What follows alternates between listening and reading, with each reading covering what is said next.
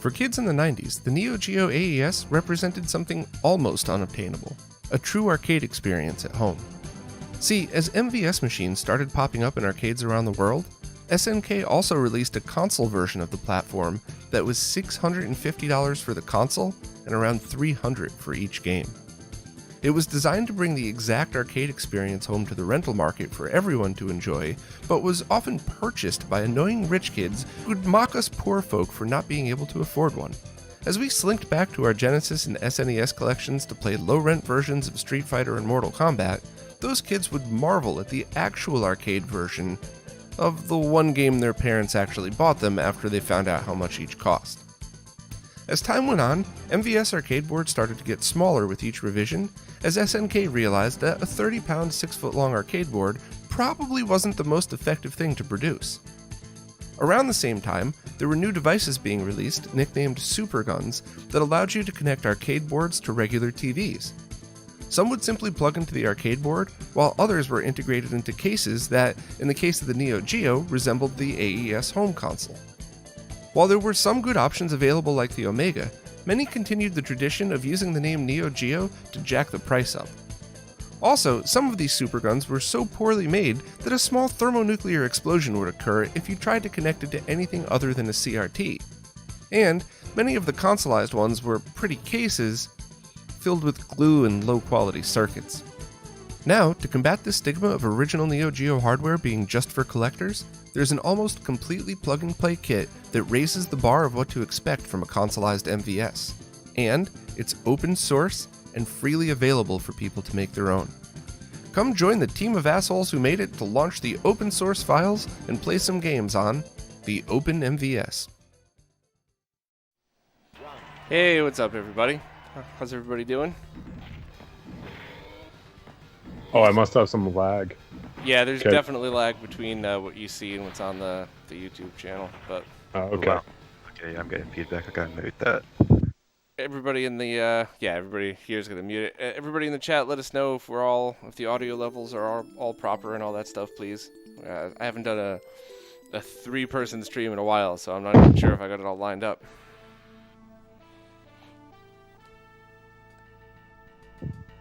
Oh, it seems like it sounds good on this side. I'm going to say it's good. Alright, good enough. So I guess we're going to play Neo Geo games to celebrate, but we got T here, who's just an avatar at the bottom. He didn't want to be on camera.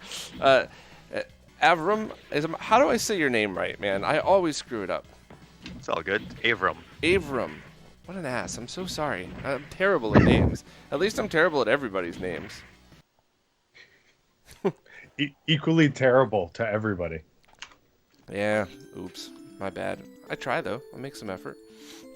So I'm gonna start out with the only MVS original cartridge I have left, because that's all I have, and this is of course what everybody sees in all of my videos because I use an original cartridge to do it. But I'm not even that good at this game. I just like it.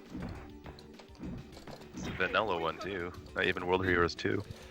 Somebody actually sent me World Heroes 1 and 2 a while back when I got my first Neo Geo cab, and I ended up sending the other one to somebody, World Heroes 2 to somebody who's going to be using it to develop something, so now it's just this one. And a test cart. That's the only other thing I have for original cartridges. Let's see if I can get past the second level, because it's usually... Avram, you have you're working on a full set, eh?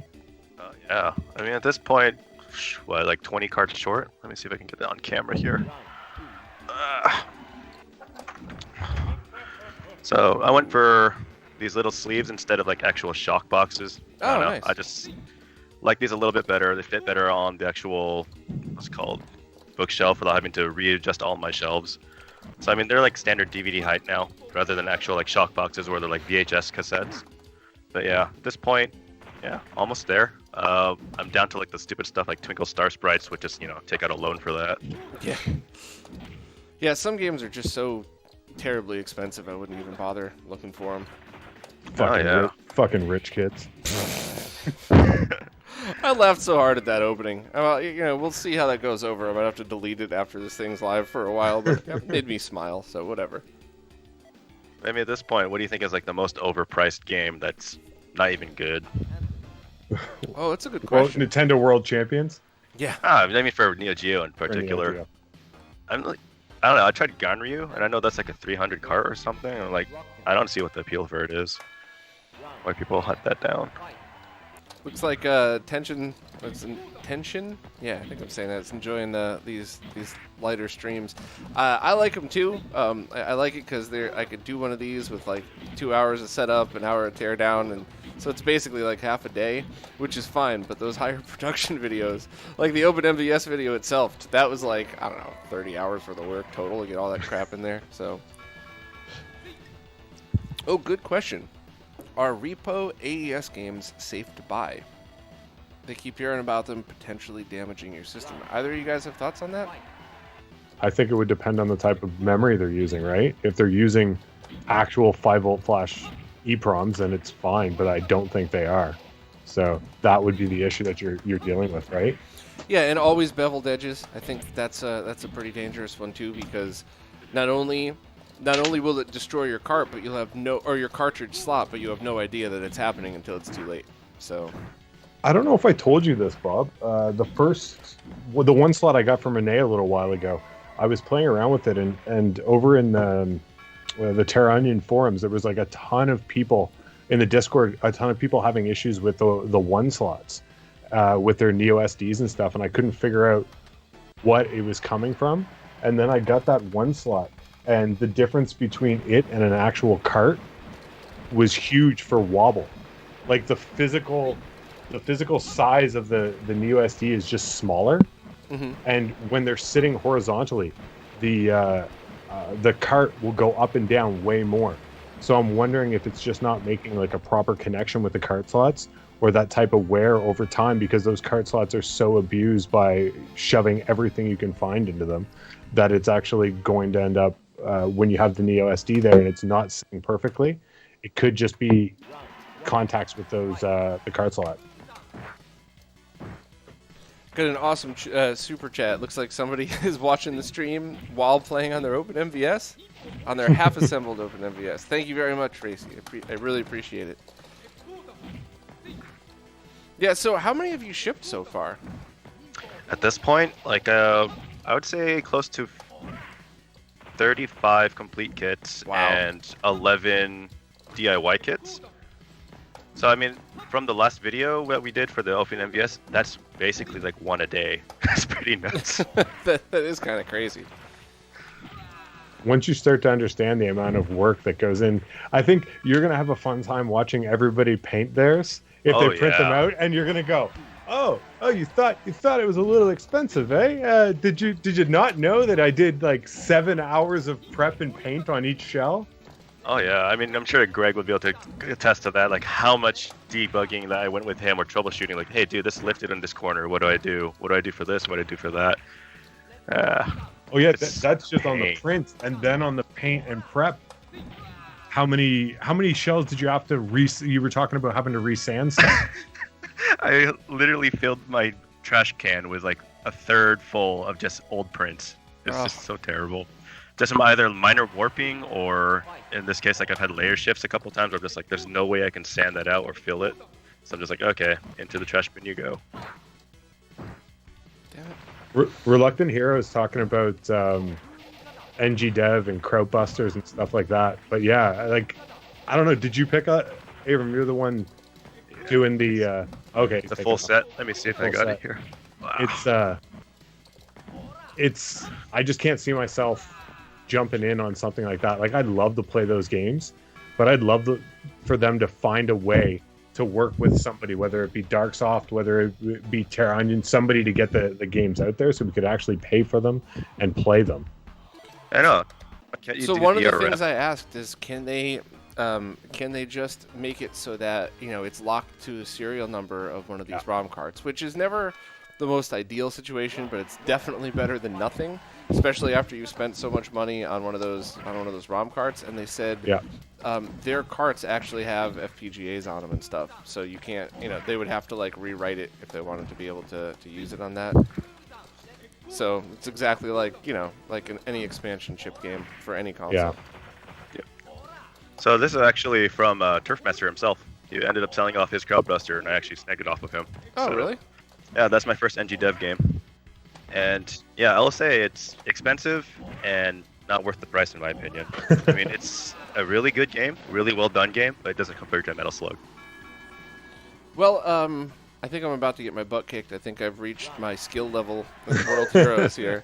I do still really like the game. I love using it for testing, not only because it's my only cart, but just because it's colorful. You could see all the detail really easily. You test for scalars and for the Neo Geo output. But I guess let's move to the Darksoft cart next. I got all of them in front of me. I got Arturo's Darksoft cart. I got my friend's Neo SD Pro. I have one for the AES now, but I'm borrowing the MVS one for this. What do you want to play? I don't know. What do you guys want me to play? I like everything. I'm Play Sengoku. terrible at fighting games, though. So that's Play Sengoku. what is that? It's a beat 'em up. Yeah. Okay. All right. It's my one and first only one- original number 1 or cartridge. 2. You know what? I know people don't like 3, but I actually liked 3 a lot. It's like maybe after you get an hour in or so for 3, it just starts to get really repetitive. It does get repetitive. Yeah, agreed. And it was only fun because I used to play it on Neo Rage X back in the day, and we would get like a bunch of friends over and we would switch off controllers and play it and stuff like that. So I can definitely see the issue. Hey, Works in the chat. What's up, dude? All right. Sengoku, huh? First one, second one, third one? First one.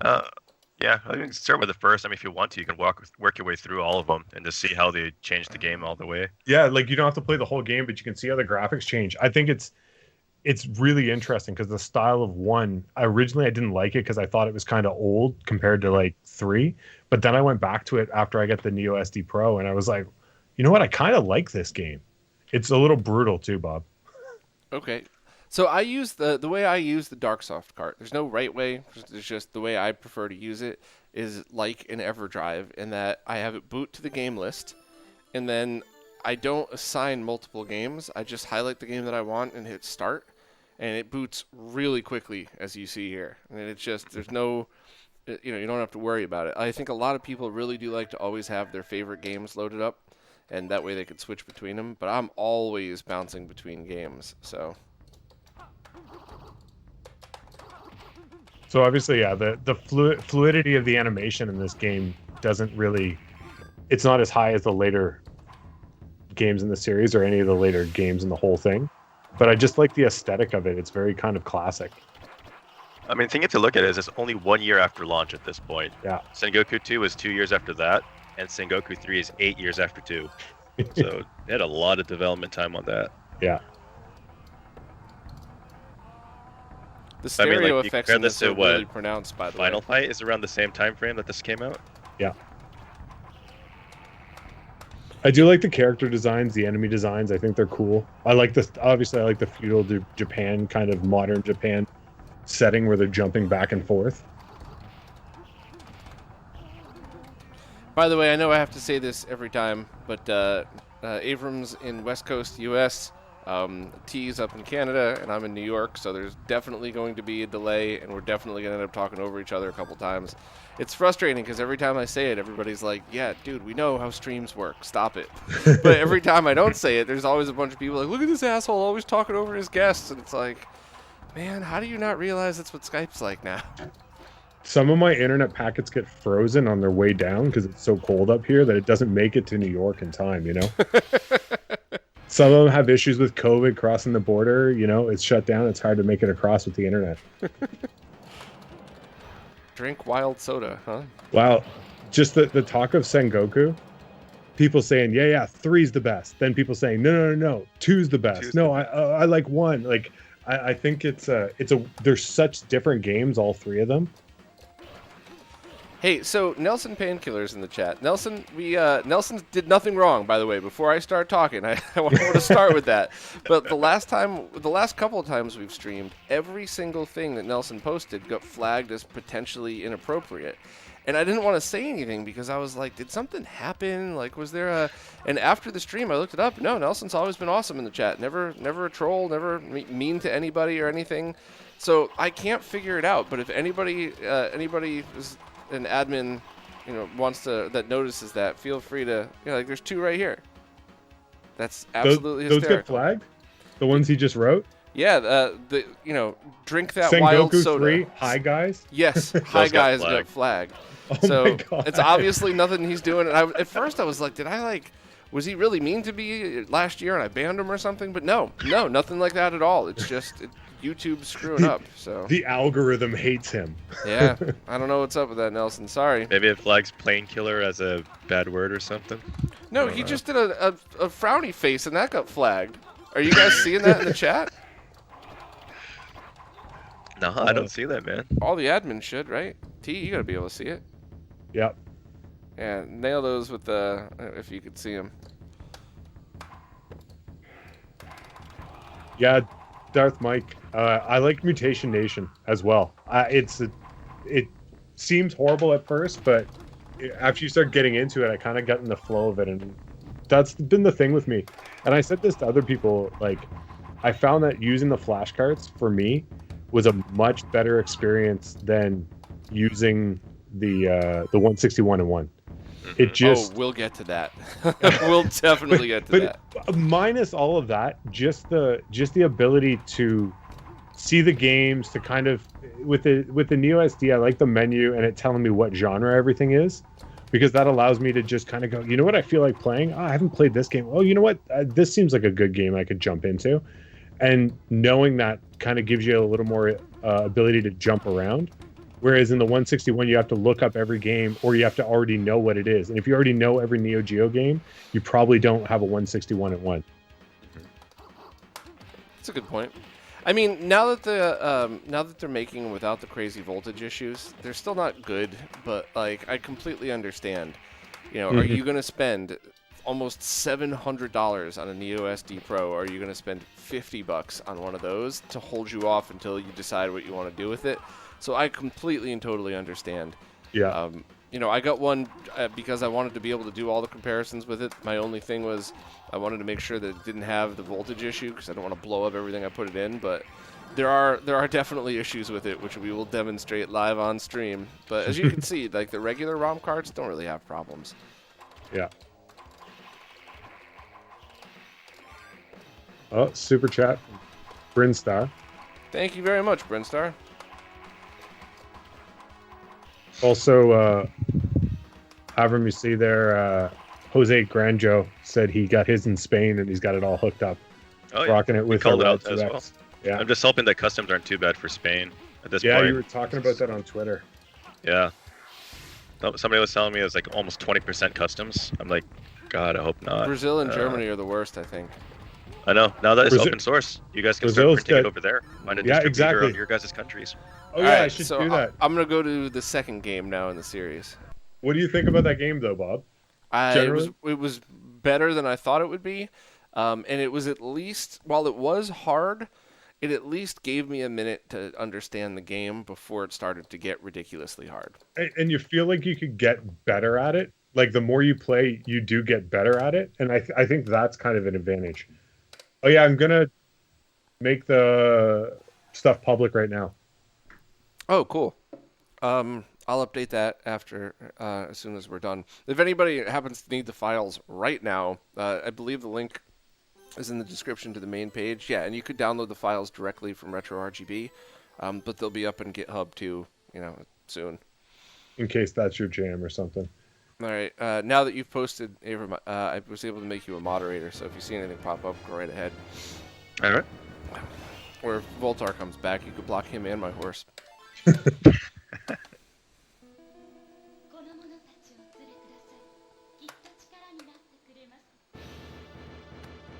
Yeah, it's true with the 161 and 1 for Reluctant Hero. The pick and mix is fun. It is nice to let the attraction stuff scroll through, and you just kind of like leave it on. I've done it with work, like be working on in the background, writing, and just be like, oh, fuck it, I'm just going to leave this on and let it run through all the attract screens. It can do that? Yeah. That's one of the beauties of it, in my opinion. Because The one of best the reason things for it. that I run into all the time is I don't want to ever turn on my CRT, turn it off, turn it on, turn it off. So if I know I'm going to be doing a lot of testing, I'll just leave it on for like 2 hours, but I'll turn the console off. And sometimes, sometimes I need to leave that on. Sometimes I need to leave it on for, a million reasons, I guess. So that would really be helpful then if I could just let that run. I do that with my mini Mr. Cade all the time as well. Like I'll need to like copy files or mess with the INI files, so I'll boot up a game that has an attract mode that cycles through pretty quickly, so I won't burn in my my mini CRT because that thing's brand new. I got that from Brooklyn Video Games. Whoever traded that into them never used it. Yeah, I mean, those type of things get bought by people and they go, man, I really want this. And then they use it and they go, yeah, I don't really need this. And then it goes in a corner or a shelf forever. And then you pick it up later and you're like, man, no one's ever touched this. Yeah, especially with those, it looked so cool. It's like, all right, it's a CRT-based mini arcade machine. I can select from 4 games or 5 games, and I like 2 of them, and then you get really sick of those 2 mediocre games, then that's it. Whereas now you turn it into a Mr. Cade, and it's every game. And the controllers were kind of crap. The joystick was kind of crap in it, the stock stuff, right? Definitely crap. So, like, again, like we talk about lag and we talk about controllers and feel. Like, when you start thinking about, you buy this from nostalgia, and you're like, wow, I absolutely love playing these games in the arcade, and then you get home and you go, it feels wrong, and you can't put your finger on it. You don't know exactly why it feels wrong. Yep. It just feels awful. Voltar wants to know if this is running on Raspberry Pi or RetroArch. It's actually running on my cell phone, which I have wirelessly streaming to the computer, and I'm playing on a Bluetooth controller. What stick are you using? You're using your Vulex? No, because I kind of wanted to celebrate the Neo Geo-ness of it, so I only am using official Neo Geo controllers. I have the main stick, and I also have the CD controller, should I find a game that's better with that. And I also have the Magic Trashman modded one with the clicky stick and everything. I got one of those. I think we all have one of those. Yeah, I never realized, but the button layout is different. It's completely different on the newer ones than the older ones, and I don't know which one I like better. That's the first thing I noticed. It's like, I don't know. I mean, for like some platformers, it makes sense, like Metal Slug, I guess, where you're hammering where X would be on a PlayStation controller for firing. Yeah, agreed. Some it works and some it doesn't, but it's confusing. Yeah. So exactly. I think that's the thing, is that with the controllers like that, it's not for every game. I would not want to play every Neo Geo game using one of those controllers. It's not super fun, but some games, I think Metal Slug does work well with it because of the way you're running gun with it. Yeah, I mean, like, I think the biggest one is for fighting games, right? Now you have on where would square and X would be on a PlayStation controller is your low punch and your high punch. Right. Hey, Retro Game Puppy, super chat says, you saved me from the Warrior 64. Thank you very, very much for the super chat. I am so glad I was able to save you from that thing. Bob, the Warrior 64 is fine. It just needs a little work. No, see, it's that I lied about it because that was actually just a prototype that wasn't exactly like the original. But that's the truth because someone said that was the truth. Yeah. Internet never lies, Bob. The internet never lies. That's why some of my videos and some of my posts are just annoyingly long, because I don't just tell you what I found. I give you the tools and the info to test it yourself. And if I'm wrong, great, but at least you know how and why I tested. It's not just I said so you should believe me. Can't you see how many followers I have? Volter said from the chat says that he's definitely going to redo the video DAC in all of the MVS and AES Neo Geo systems using LS chips and HC equivalents so that it will produce a better video signal. So I'll wait for that. He also said that 5 years ago. I sent you 2 of my goddamn Neo Geos along with a whole bunch of other stuff it never got worked on. So I'll see that when I see your MK2000 mod. I believe him with the I mean, it's a resistor ladder DAC, right? It's old school. So I in theory it makes total sense. all kidding aside, Voltar, if you would really like to contribute something that people could really use, and I'm not being sarcastic, like honestly, we had talked about a potential way to get good quality composite video from a Neo Geo. That would probably be a really cool thing. That way people could just, you could fork the Open MVS and have, you know, have a different version that people can get full composite if they wanted to, but I do think that would be a very cool thing. This boss is rough because when you get close, you can't even jump. Ash says, "Hey, don't knock resistor ladder Dax. Mister uses one." Lol.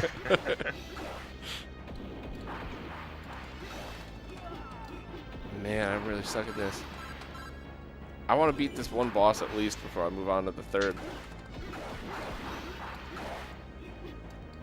What's your thought between the first and second one? The first one plays better. The graphics are a little more simple, but I kind of appreciate them for that. Did I even hit him one last time before he died? That boss battle was strange. Yeah, the animation is definitely better in the second one. Like, you can see more frames of animation on it, but that's easy. Just drive the color carrier separately. And don't reference the main clock on the AES MVS, as it'll never match up. That's interesting. So analog rather than service or CMVS, as suggested you buy a Neotropolis. Is that how you pronounce it? Neotropolis. Neotropolis. Yeah, good job. That analog. I mean, yeah. Too busy with FPGAs. We won't fix our product, or we don't have any way to service it. It's because you put a bunch of friggin' hot glue in it. Oh, yeah, that. You know, my silliness in the beginning was meant to just be silly and not actually throw any real shade, but it was everything I said was also true. So that, you know, the analog MVS really was held together by glue. It's a beautiful case. I heard a rumor that somebody was actually possibly working on a video about that, but I think that was going to be released right alongside the resistor ladder DAC replacement for the Neo Geo and the the MK2000.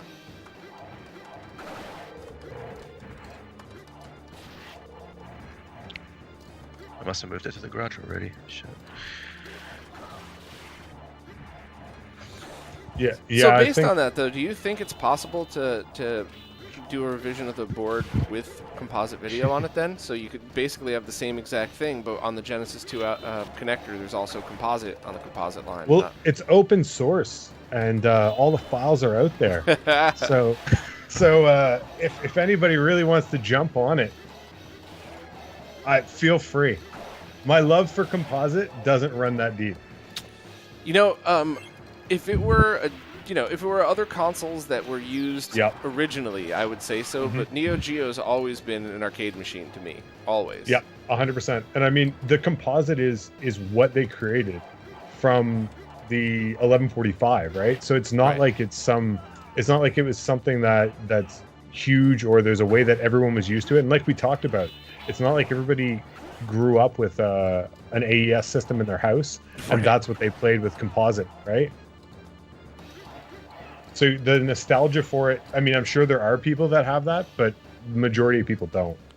Yeah, but also, too, it's not like the Water and Sonic where, you know, developers designed them to be played on cheap consumer TVs. You know, these were designed to be played on arcade monitors. Directly into a monitor, yeah. I was just talking to James from RetroHQ about that, actually. I'll have that interview released probably by Monday, but he's a game developer, and he's been doing it since the 90s, so he had a bunch of very cool insight about all that stuff. Oh yeah, I forgot. The AES did come with a coax adapter, didn't it? An RF adapter by default.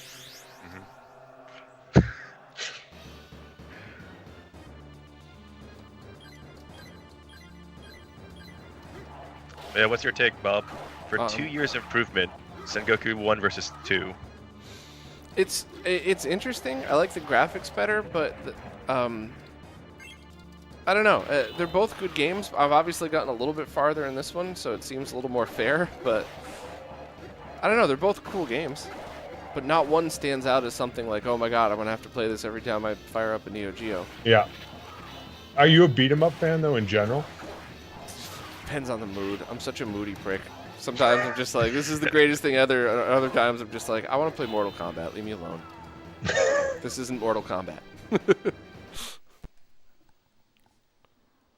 I'm like, beat 'em ups are probably my favorite genre outside of like decent RPGs. But like, yeah, I'm a big fan of beat 'em ups. Okay, what's your go-to in the last 5 years then? It's always Streets of Rage 2. The most recent Streets of Rage 4 I've been playing, but I still go back to Streets of Rage 2 all the time. After this one, I think there's enough people watching where I want to do the comparison now after this. Okay. And stick around for that too, Voltar. I think you're going to appreciate this. Nothing you don't already know. Just saying. I think you're going to laugh at this one. Abram, what was the game that you had talked about that had the biggest, most striking difference in the audio? Aero Fighters 3. I think that's the one that a lot of people want to repair the 1.6 and 1s to get that audio working a little bit better. But okay. Why is Go it to only China. hard and easy? Why is Go there to only China. Where's medium? Somebody forgot about medium? So easy. this has some kind of fighting game moves in it, Bob. Okay. You can kind of do some roll-ups and some other stuff in it to do some special moves in it. The characters I'm not are sure if you physically have- bigger in this now. Oh, yeah. The sprite work's just great. I love it on this one. Oh, and there's a It's like- fourth button works now too. Yeah. Garo-esque type of sprite work. Maybe you have to get more points. I can't remember. Maybe you have to unlock them. I haven't played in a while. Combo hit thing's kind of cool.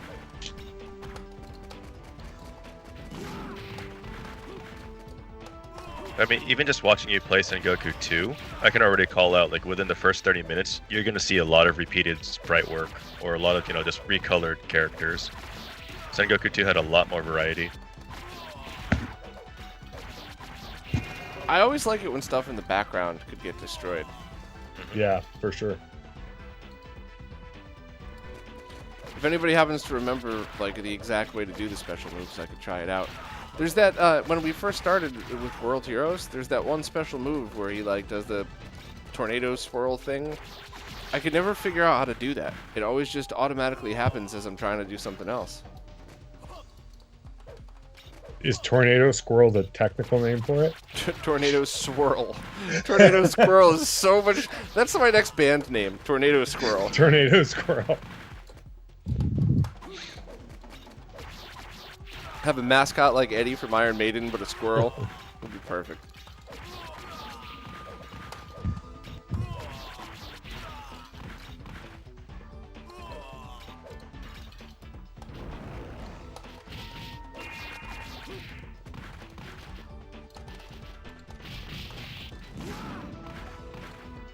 Yeah, there's a like, so, yeah, you can start with, there you go. So more of like almost like a jab punch combo to go in. So you start with the light attack, then strong attack, you can move to different stuff. Cool. Oh man, so many things getting caught in the chat that aren't even that aren't even bad. I wish there was a different way to set the filters for live versus comments, because usually like if somebody goes off swearing in the comments, they're not saying anything productive anyway. But in live chat it's different. You're being silly, swearing. But yeah, it's fine. Yeah, swearing doesn't often or doesn't always result in negativity. It doesn't fucking bother me.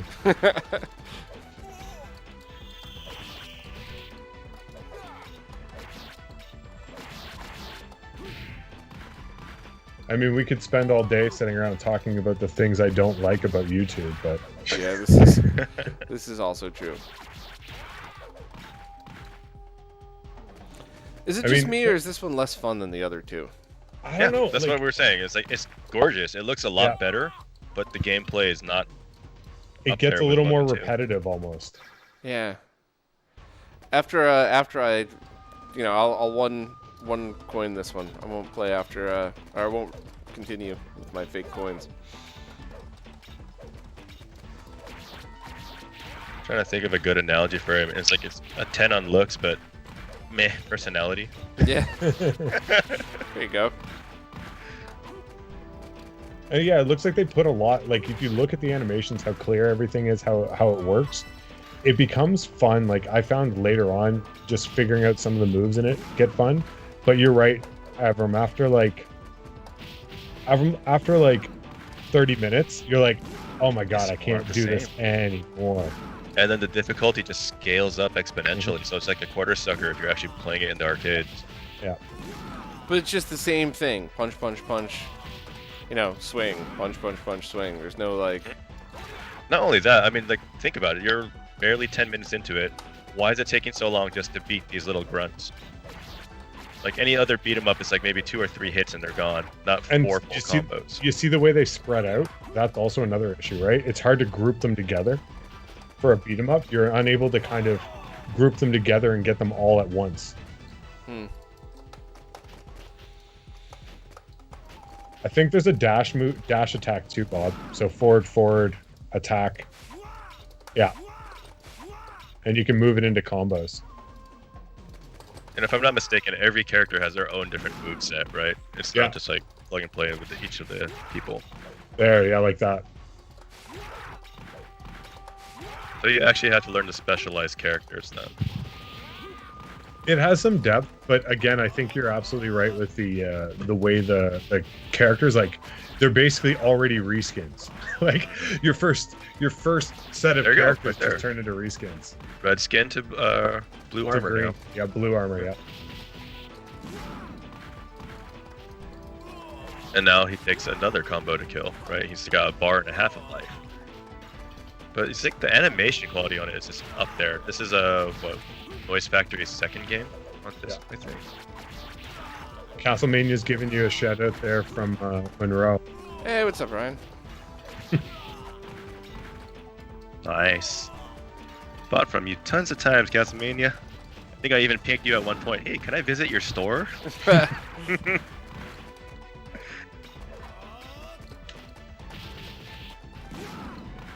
to remember when that was. What me and my buddy were looking for at that point. Oh yeah, we were trying to get our hands on the Fighter 64 controllers. I think Castlemania had a like same day delivery type of deal for us locals in Washington.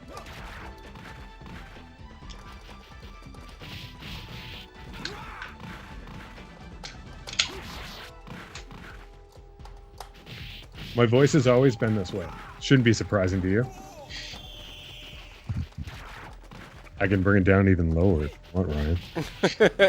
Oh no.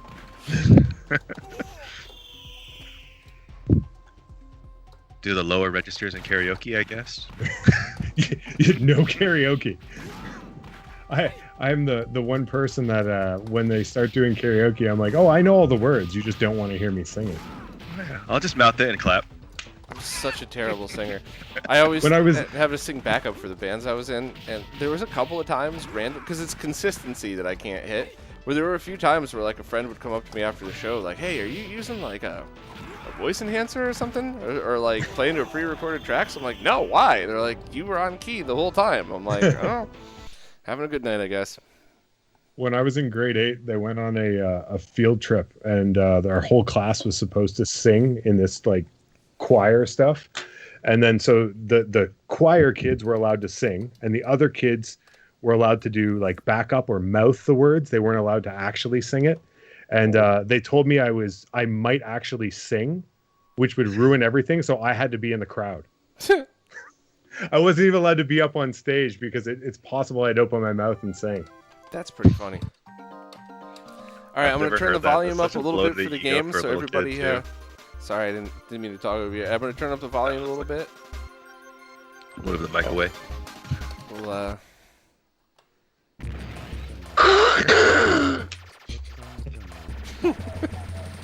So this is the dark soft cart once again. Oh, okay, so we get the good one.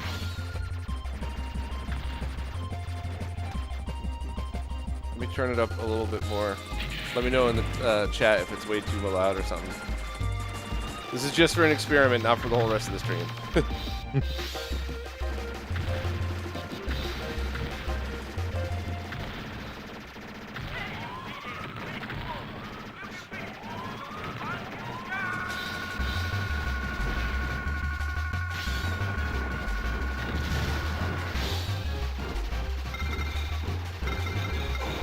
This game is actually really nice looking. Yeah, it's a fun game.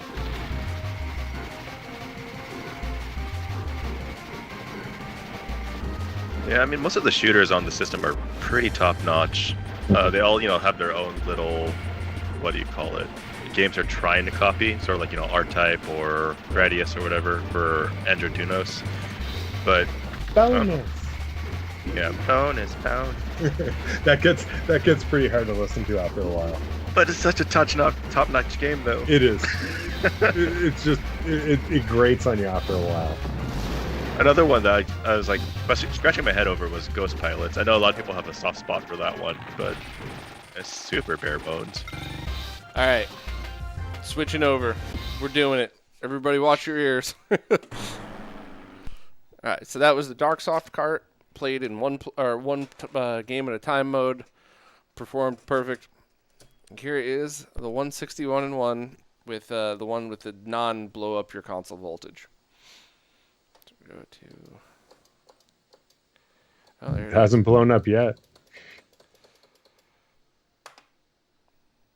So that's one of the things that I think we need to highlight about that was done on the OMVS. I know we've talked about it, but the amount of testing on the circuits and the stuff that we did, plus the amount of testing Avram does before he sends stuff out, it's a huge difference. And knowing what it will work with and what it won't work with, like that's the difference between when you're getting something from like a random Chinese 161 and MV1C that you haven't worked with. Just knowing the difference between the two and knowing that what you've got is actually going to work. Yeah, I make sure that I test it with both the MLT MVS and a Neo SD Pro just to make sure that they can flash and everything properly.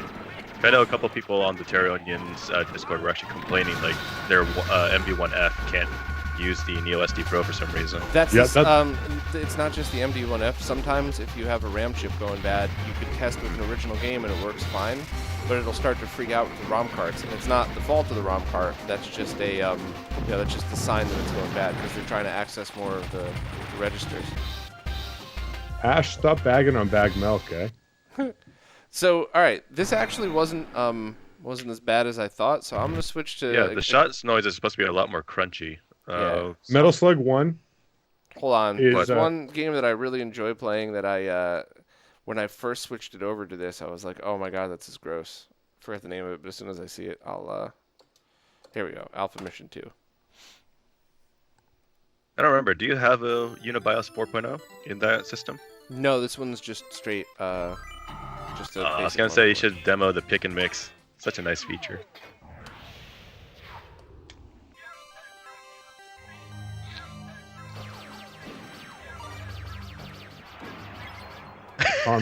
Thomas is asking about OMVS shipping. Any idea when they'll start shipping? He put an order on January 17th. Oh man, I mean, I got hit with like 80 orders January 17th, so I'm still working through that. Let me pull it up really quickly. So it's not as bad listening on my headphones as it was on the mini MVS with the speaker and it's echoing through the full thing. But we'll switch to a ROM cart in a second. It's possible that somebody who designed the audio circuit for that might have taken some of the filtering in the 161 into account. That would absolutely explain why it sounded way worse just directly with the speaker plugged in than through this. That's pretty awesome, T. I really wish I would put that in the video. Wish somebody would have told me that before I made the video. I told you that when I did my first super gun like a billion years ago. Yeah, I know. I forgot. I'm sorry. Trying to get you to remember stuff. Come on, Bob. I said something 3 years ago and once. Obviously. So, I switched the guts in this one so that it's backwards, so that it actually lines up with the Open MVS. So me too. It's not backwards. It actually looks like that. So yeah. All right.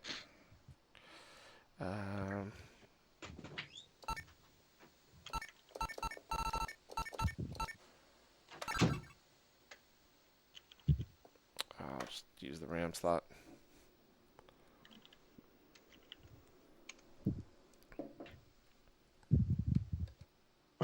What? What are 10,000 CLP? Hey, what's up? Thank you, Nelson. I have no idea. Can we Okay, get so- him not blocked? You don't have to pay for that. No one knows why it's happening. Chile pesos. Chilean pesos. All right, so it's not as horrible and striking of a difference as it was direct with the speaker plugged in. The filtering does help, but I could absolutely hear the difference now. Sorry, my son ran into the room. What's up, buddy? You can only do when you're little. You can only do left jab Yep. when you're little, right? Yeah, I could only do a left jab when I was little. Okay? Sorry, he's 3 and I've already got him boxing every day. We've been training. That's So, awesome, man. yeah. And I wish my kiddo was in swim classes, and then she's been bummed out she can't do it because of the pandemic. Yeah, we had to stop same thing with swimming. It's been they were really enjoying it. And now, when the pandemic happened, we had to take him out of it, and then we put him in a pool, and he was scared of water. And this was a kid who used to love swimming, and all of a sudden he got scared. I didn't know what it was. All right, I put the volume back down. Please let me know if everything's back where it's supposed to be. Everybody in the chat. So, you could try Metal Slug 1. That's my go-to. The shot. The honestly, shot. I think that the filtering that you put in, I wasn't intending to. That wasn't like a sly like let me pretend like I'm going to demo something. Like that was a genuine reaction. The filtering that you put in the audio circuit did a really great job making that sound much less shitty. Shout out to Bernard for his help working with me on that. Yeah, Bernie's awesome.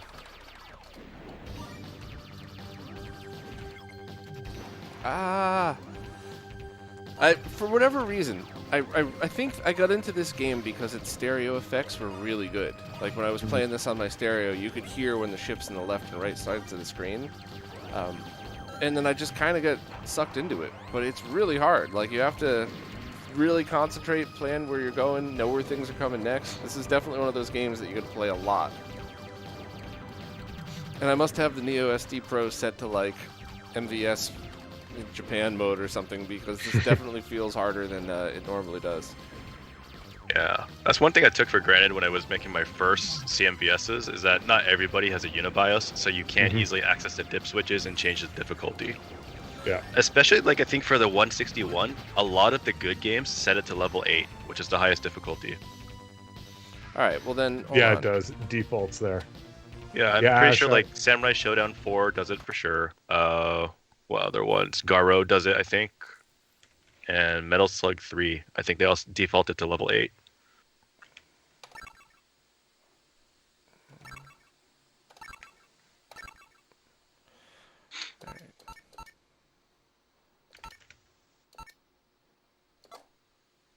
No, not arcade mode. I was trying to remember what that was.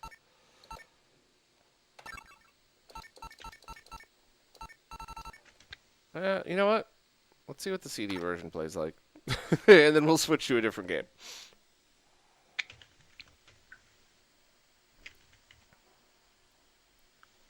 It's like, aside from Neo Turf Master, what do you think of the rest of the sports games for Neo Geo? I haven't played too many of them. What do you think's a I good like one? the baseball games, but I like Yeah. baseball. Football Frenzy was meh. Other one, Soccer Brawl, another meh. And I think Scarlet Sprites did that video on what was it? The volleyball one. Oh, I haven't played it. Oh, that's another stinker. Oh, The, looking on my shelf. the robot baseball one. That's a Super Baseball 2020, man. I like that game. It's Man, ridiculous. It's arcadey, but I also like baseball games. So The only The thing real that I complaint never have really about, dealt this with one- in like those type of games is like having to actually switch out your pitcher, switch out your batters and such. Well, we definitely gotta try that one then. The only other thing that annoys me about this game is a lot of stuff doesn't register that you're shooting it. So it's like you have to keep playing the game to realize what could be destroyed or not. Like look at those, like some of it's, but like that triangle thing, my shots are going over it and it's not like lighting up or anything like that. I think it just destroys the little top cap on it. But yeah, Another nice thing about this alpha mission too is like actually understanding how the upgrade system works, right? I That have took no me a little clue. bit to understand. Yeah, like you have to collect 3 of the same upgrade. If you choose another one rather than side, you lose your upgrade path basically. And I don't know how they're supposed to convey this stuff to you when you're just playing in the arcade with a little placard. Is that all you have to go off of? Yeah, it's different for like an NES game where you had to read the manual because, like, I get it. You know, they're just trying to figure out how to present games to people. But an arcade game is always the same thing. Give me your quarter. Here's how you play the game. Yeah. I mean, if you play like Match or Melee on the 1/6-1 or your flash cart, the how to play is like a good 45 seconds. It's just like, oh well, you're trying to explain all the mechanics to me in this, and none of it's gonna register until I put in like my 30th quarter. I don't even think when I played Neo Geo at the arcade, I even knew there was a how to play. I think a lot of them turn it off because it wastes time, Yeah. right? I think I was also, there's always somebody on the machine, so I was always jumping in. That's a good question. I was going to ask that. So what's everybody's first experience with Neo Geo? Metal Slug. Where though? That I think where and when is a giant part of this for Neo Geo. Yeah. So, I mean, I can go first for me. Yeah. I mean, I played, the first game I remember playing was on a basketball tournament in high school, and one of the arcade that had Metal Slug in one of the arcades. And I'd never seen it before, and I was like, oh my God. And then the kids stayed up all night playing the crap out of that, and we lost the basketball because we were too busy playing in the hot tub and playing Metal Slug. So that was the first time. But when I really got into it was when I was when I moved to China, and I was playing in the arcades a lot right in 2002, and we were playing in a lot of people, a lot of stuff. It was brand new. We were playing those Megalo machines, the ones with the 50-inch screen and the rear projection. Oh, now they those seem look like, so crappy. yeah, but at the time, Bob, it was 50 inches in 2002. That was huge. Yeah. So we played a hell of a lot of that, and that's when I really got into Neo Geo. So then we had to download the emulators, Neo Rage X, so we could learn to practice at home, so we wouldn't go get spanked in the arcade every time we went in. Like for me, it was over at a roller rink. They actually had like a Knights of the Round standalone cab that me and my buddies would always play. You know, all 3 of us just taking turns on it. And when one of my other buddies jumped in, I realized next to it they had a Neo Geo 4-slot, and it's always like rotating between Samurai Showdown 1 and Fatal Fury 1. So I'm like, okay, I've already played those 2 on my SNES, so I don't really care. And then it panned over to Metal Slug. And I was like, wait, there's more than 1 game on this type of thing? You know, there's more than 2 games. And I just watched the intro video for it. I'm like, okay, let's pop a quarter in. It just freaking blew my mind. Like, this is the same time he was playing like Genesis at home, right? Yeah. And it's just the amount of clarity, the amount of frames and like the animations, and how much is this literally going on in the screen at the same time. Nothing at home could really compare to it at that time. It's not even close. Like, you think even like some of the greatest running guns on Genesis, like Gunstar Heroes. I mean, Gunstar Heroes is a great game, but when you're looking at graphics back then, it doesn't compare to Metal Slug at all. Oh yeah. I mean, even like Metal Slug 1, like even the waterfall scene, right, at the very first level, it's just like, it's mind-blowing. Like, oh wow, literally everything on the screen is moving at the same time. It's not just like a static background. And that's just like where I'm like, wow, this pixel art is amazing. This sprite work is amazing. So, am I supposed to be doing anything special, or am I just treating this like No, baseball? it's a baseball game. Okay. And pop fly. And see your sexy robot woman batter baseball. Come on, you don't want to have the droids, right? Have the, what's it called, Mystery Science Theater type of droids. Yeah. Daleks or whatever.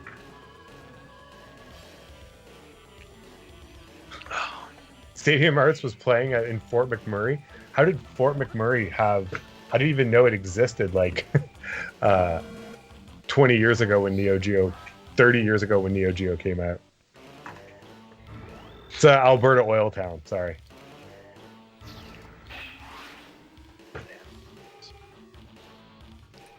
Yeah, Vanessa saying she was the same way.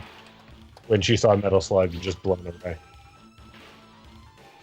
For me, it was a burger joint. Duchess in Connecticut had a Mortal Kombat machine next to a Neo Geo machine.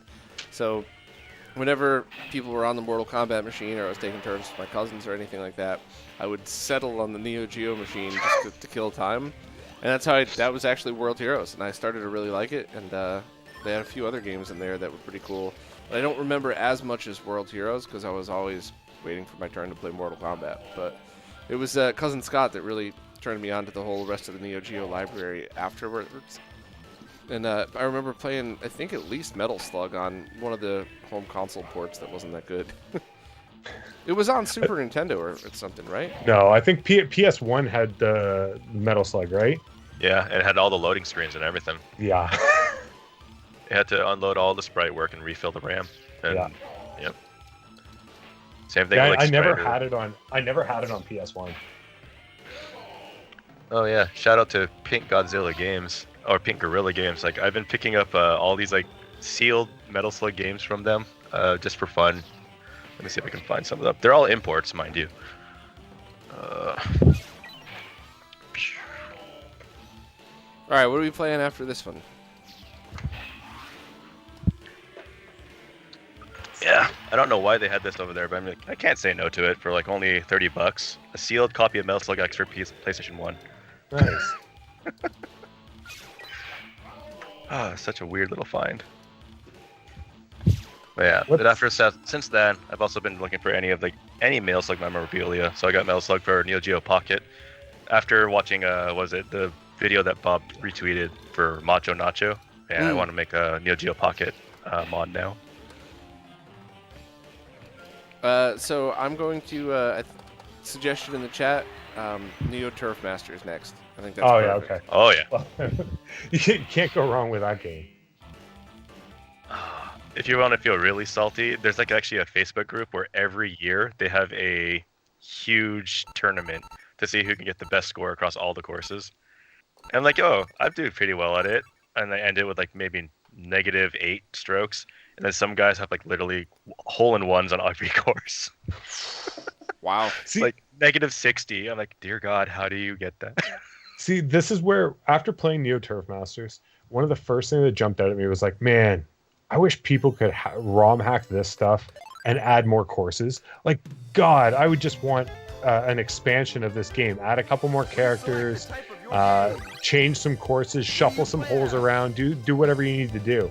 Like, the skill's out there to do it, but just Neo Geo is such a hard thing to do that. Okay, so you have a Pro, right? SD Pro? Yes. Yeah. Okay, so I just found this out like literally 3 days ago. Did you know there's a 5th course on Neo CD? No. Yes, there is. Nice. All right, we'll have to try that next. Yeah, you got the card to do it. Let me see. Sirens. Somebody pointed it out to me on the Facebook group.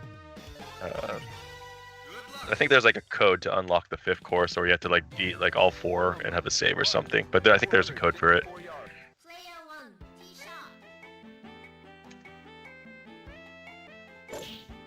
Oh, Bob, I see the police have dropped by.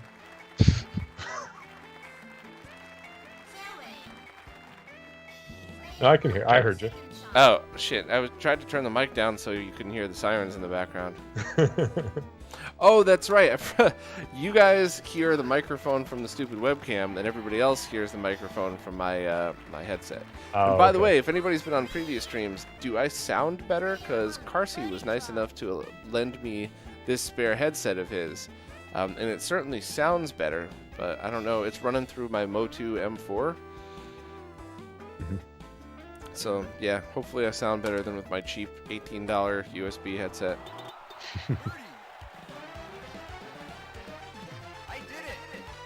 I did it. Flies for birdie. Player 1 starts to strike back. Yeah, see, I would love to have more courses for this game. Okay. I know I want to see the 5th course for the other one, but just something like that, like when you look at the ROM hacking community and what people do, man, if people can make the 875,000th Super Mario World 2 or Super Mario World ROM hack, I'd like to see some more golf courses in Neo Turf Master. Okay. Come on, so Vitor. Yeah. you unlock Scotland by doing a half circle from left to down to right and D on the course select. You'll have to tell me Right? when I get I was back like, to that. how would you figure that out? We're gonna have to take a bet on whether Bob gets it first time or not. Definitely not. And a lot of the reasons I heard for that stuff, for certain dev stuff, it wouldn't be for this, but it's because it was never meant for people to know about. You were supposed to just, like, that weird stuff was there so the devs could try different things, but eventually it leaked out. So it was never like like hold those weird ones, like hold 4 buttons, go backwards, stand on your head. That was just for dev stuff. But unlocking a course, that's obviously meant to be found. So. Mm-hmm.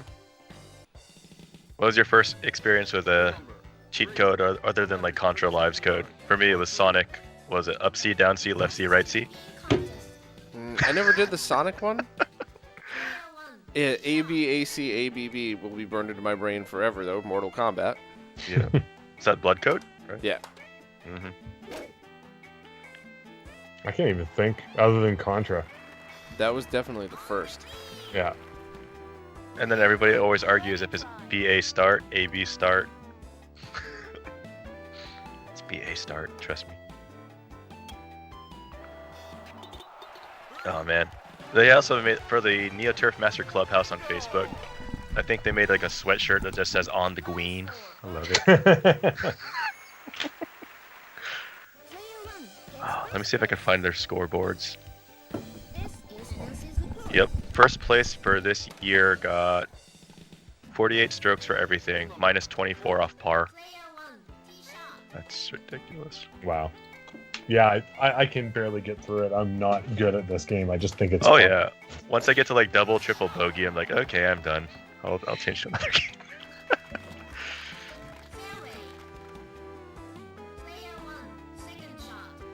Can any of you golf in real life?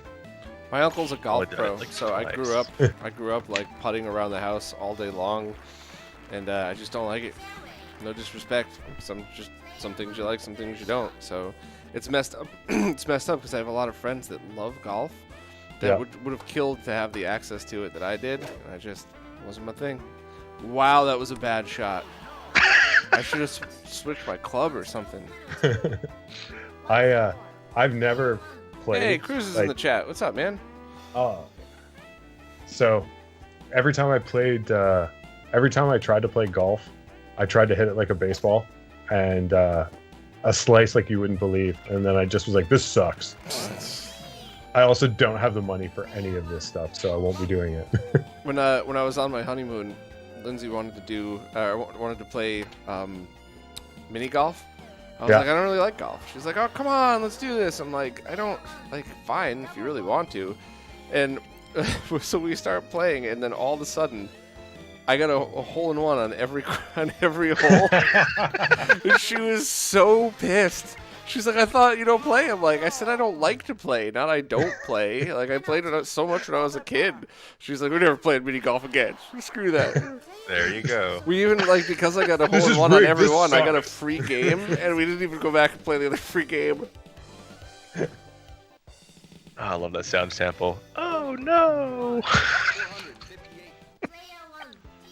Ash wants to know where my what happened to my supply of absinthe. I drank it all. What do you think? That's what happens to liquor at Bob's house. It gets drunk. Right? You don't cherish it and put it in a liquor cabinet. I have one of those sitting right here. There's stuff in there. Some just goes faster than others. Did you also fill your parents' liquor with water when you were a kid? No, but believe it or not, my parents weren't drinkers, or my dad was, but he moved out. So the family that I grew up with wasn't drinkers at all. So they had a liquor cabinet, but they never touched it. And it was one of those things where it was like, if there wasn't 3 inches of dust on the bottle, they would have known somebody was in it. But cousin Scott, a couple times, we would go through his parents' liquor cabinet and we would take like a sip out of each one, as if to say, all right, well, if we just take a few sips, they won't even notice. But you do that like, twice a week for 3 months, eventually they're all going to start to go down.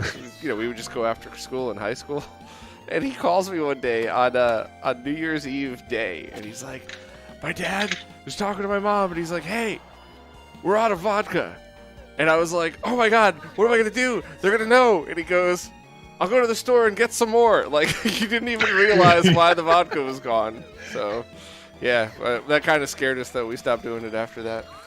I was in university, and I had vodka in the freezer, and I came back one day, and it was frozen, and I said, And I went to my brother, and I was like, he's about 4 years younger than me, and I was like, vodka doesn't freeze in the freezer, right? And he's like, yeah, there's a lot of water in that. Oh, I was gonna do the try the code. All right. Yeah, give it a shot. Cruz Use is that on his CD way to potential. Brooklyn Video Games to play KOF. I would say I'll come down and play, but I am so bad at the game, I would just annoy everybody. So Going anywhere for food? Good for food, Cruz? Just brag about it again, how good your food is in New York, and I have to look at your pictures and just cry as I sit in Ottawa with garbage food. all right, so next screen, right? As on the course select, I think you have to do a left to down to right, half circle, and press D. Let's see, left to right to down. Just a half circle. Oh, come on. Yeah, no one took that bet. Whether he was going to be able to do it or not, damn it. Left to right to down D. Let me see. Apparently it's Scotland. Scotland is what you unlock.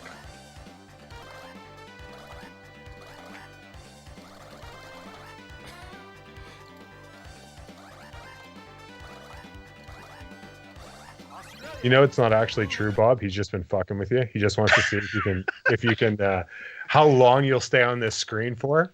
That is absolutely a joke that you could play on me. That would embarrass that. No, I'm looking at it. I'm seeing people play it on YouTube right now, but I'm looking for the actual confirmation that that's the correct code. Because game FAQs for Neo Turf Masters is pretty bland. No good ASCII art for you right now. Yeah, I don't know then. Yeah, all right, let's go. Let's try the CD game then. Wait. No, I thought you were on the CD game. No. It's only on. It's CD. only on the CD game. Oh, well. That's why. I mean, so other people are like, if they weren't for the Neo Geo CD's loading times, I'd totally play it. It's like, you might want to, just for Scotland. Well, the loading times are, as you could see, completely reasonable here. So, arcade game or another game? I'm not sure. There it is. Okay, I saw the guy do it on YouTube, the code. He chose, for what? Another game? He chose arcade game for his. Okay, that's where I'm at. And then, half circle, the D. There you go. Scotland. Second time. That was pretty quick, Bob. All right. Earned that beer. Doing Yingling Black and Tan this time.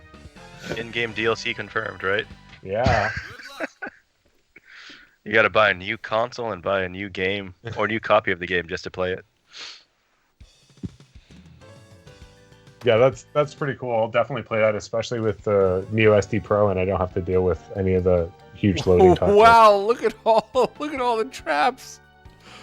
Oh man! Wow. Okay, this so is this is the expert course. This is the Kaiko level. Oh, come on, not Bob. Kaizo Mario levels. No, if it was a Kaiko level, it would be an exact clone It would of the just be first copied level. of the other level. But that doesn't work right. It would just break randomly.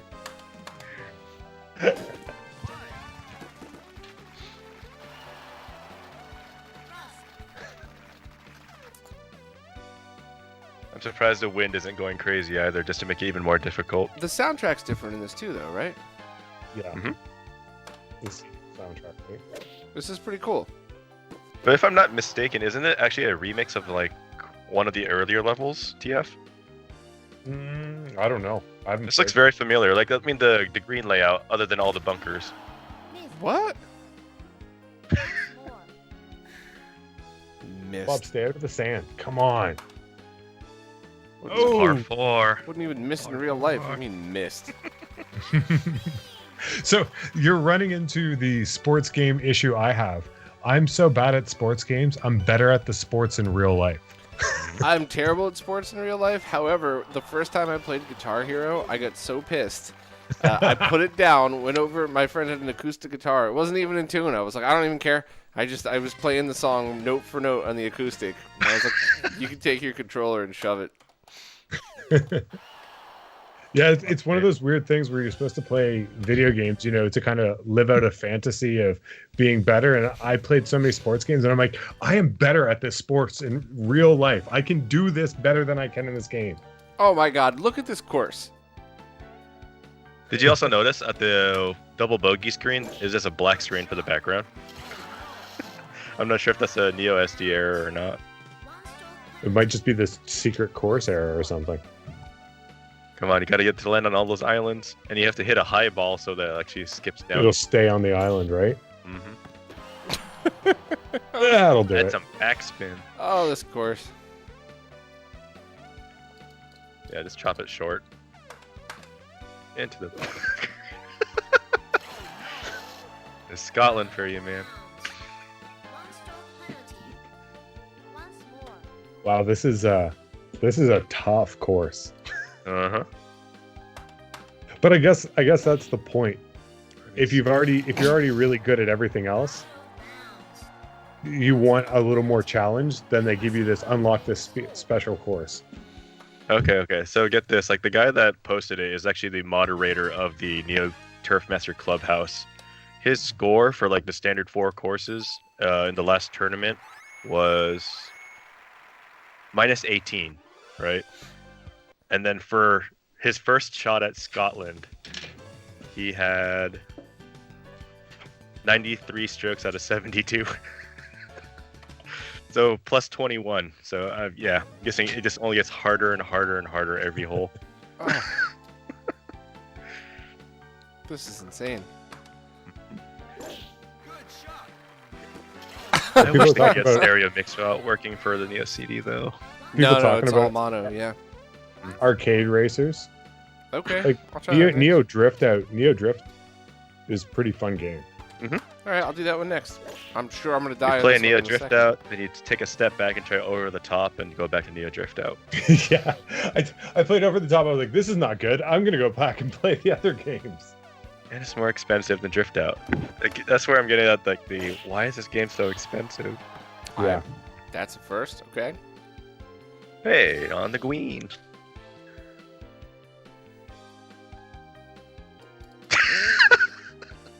I swear, you hit the tip of the tree. That's great.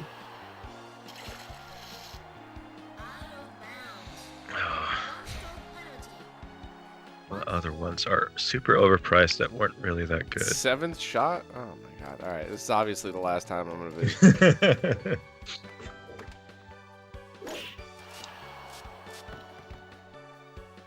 Other than Sengoku, is there any game that you previously dismissed and you find yourself enjoying it a lot more?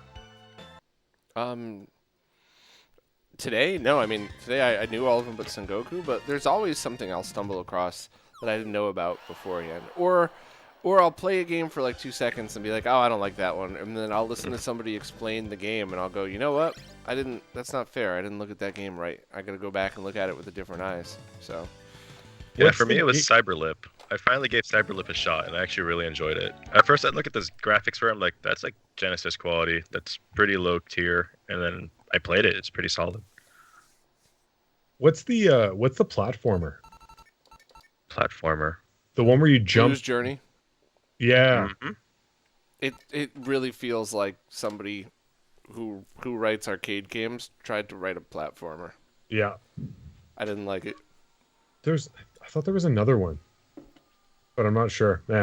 There's also There is another one. there's like another, and it was kind of fun. It's not Ganryu, right? The samurai one? Nope, No, as soon as I see it, I'll know it. Oh, Top Hunter? that's it. Yeah. Yep. Or also Spin Master. Spin There Master you was go. the one I Spin was Master's thinking good. about. Spin Master is good. Have you played that, Bob? Think so. Come on, I want to see you fail the practice stage.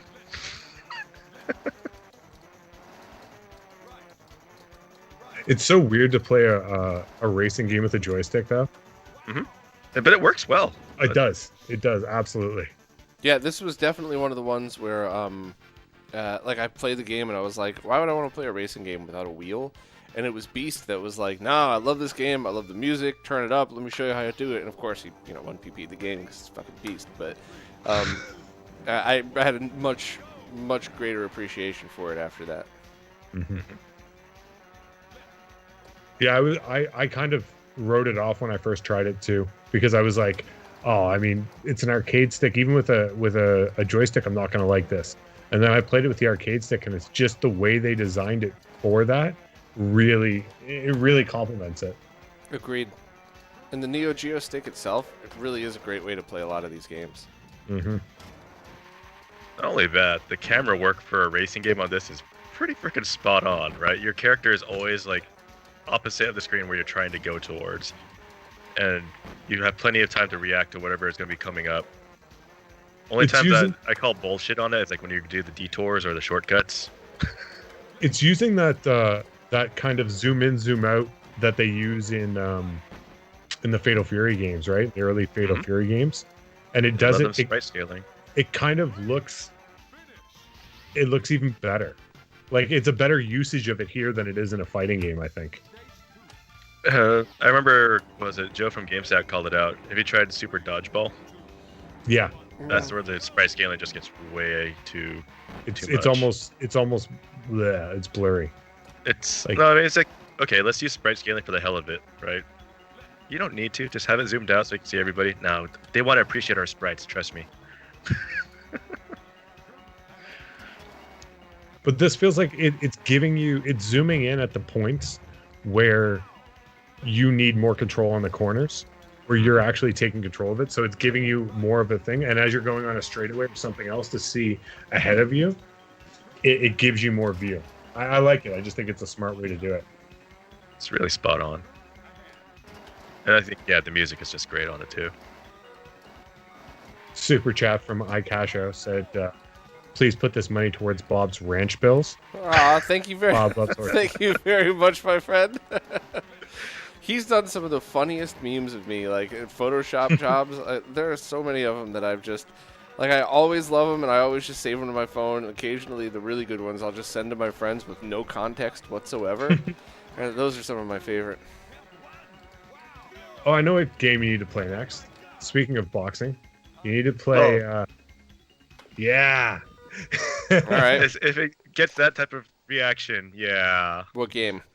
I can't remember what's the name of it. I know the Japanese anime, but Tomorrow's Joe or something like that. Yeah, it's Ashita no Joe, but it's what's the game on? I can't remember the name for it. Give me a second. You need to keep scrolling through, Bob.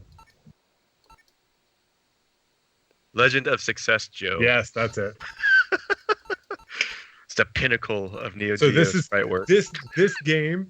I want them to remake this game. I want somebody to remake this game. So I like the idea of a beat 'em up with fighting game elements in it. It's just maybe not implemented the best way possible. Okay, so this was a 91 release, serial number 029, so really, really early in the cycle. So this is one of the classic boxing animes in Japan, like kind of before anything else this came out. And it's a really good story. It's really great. This game ridiculous. It's like, it feels like an NES game, but with, Sega Genesis graphics. Yes, yeah, absolutely. It's so clunky.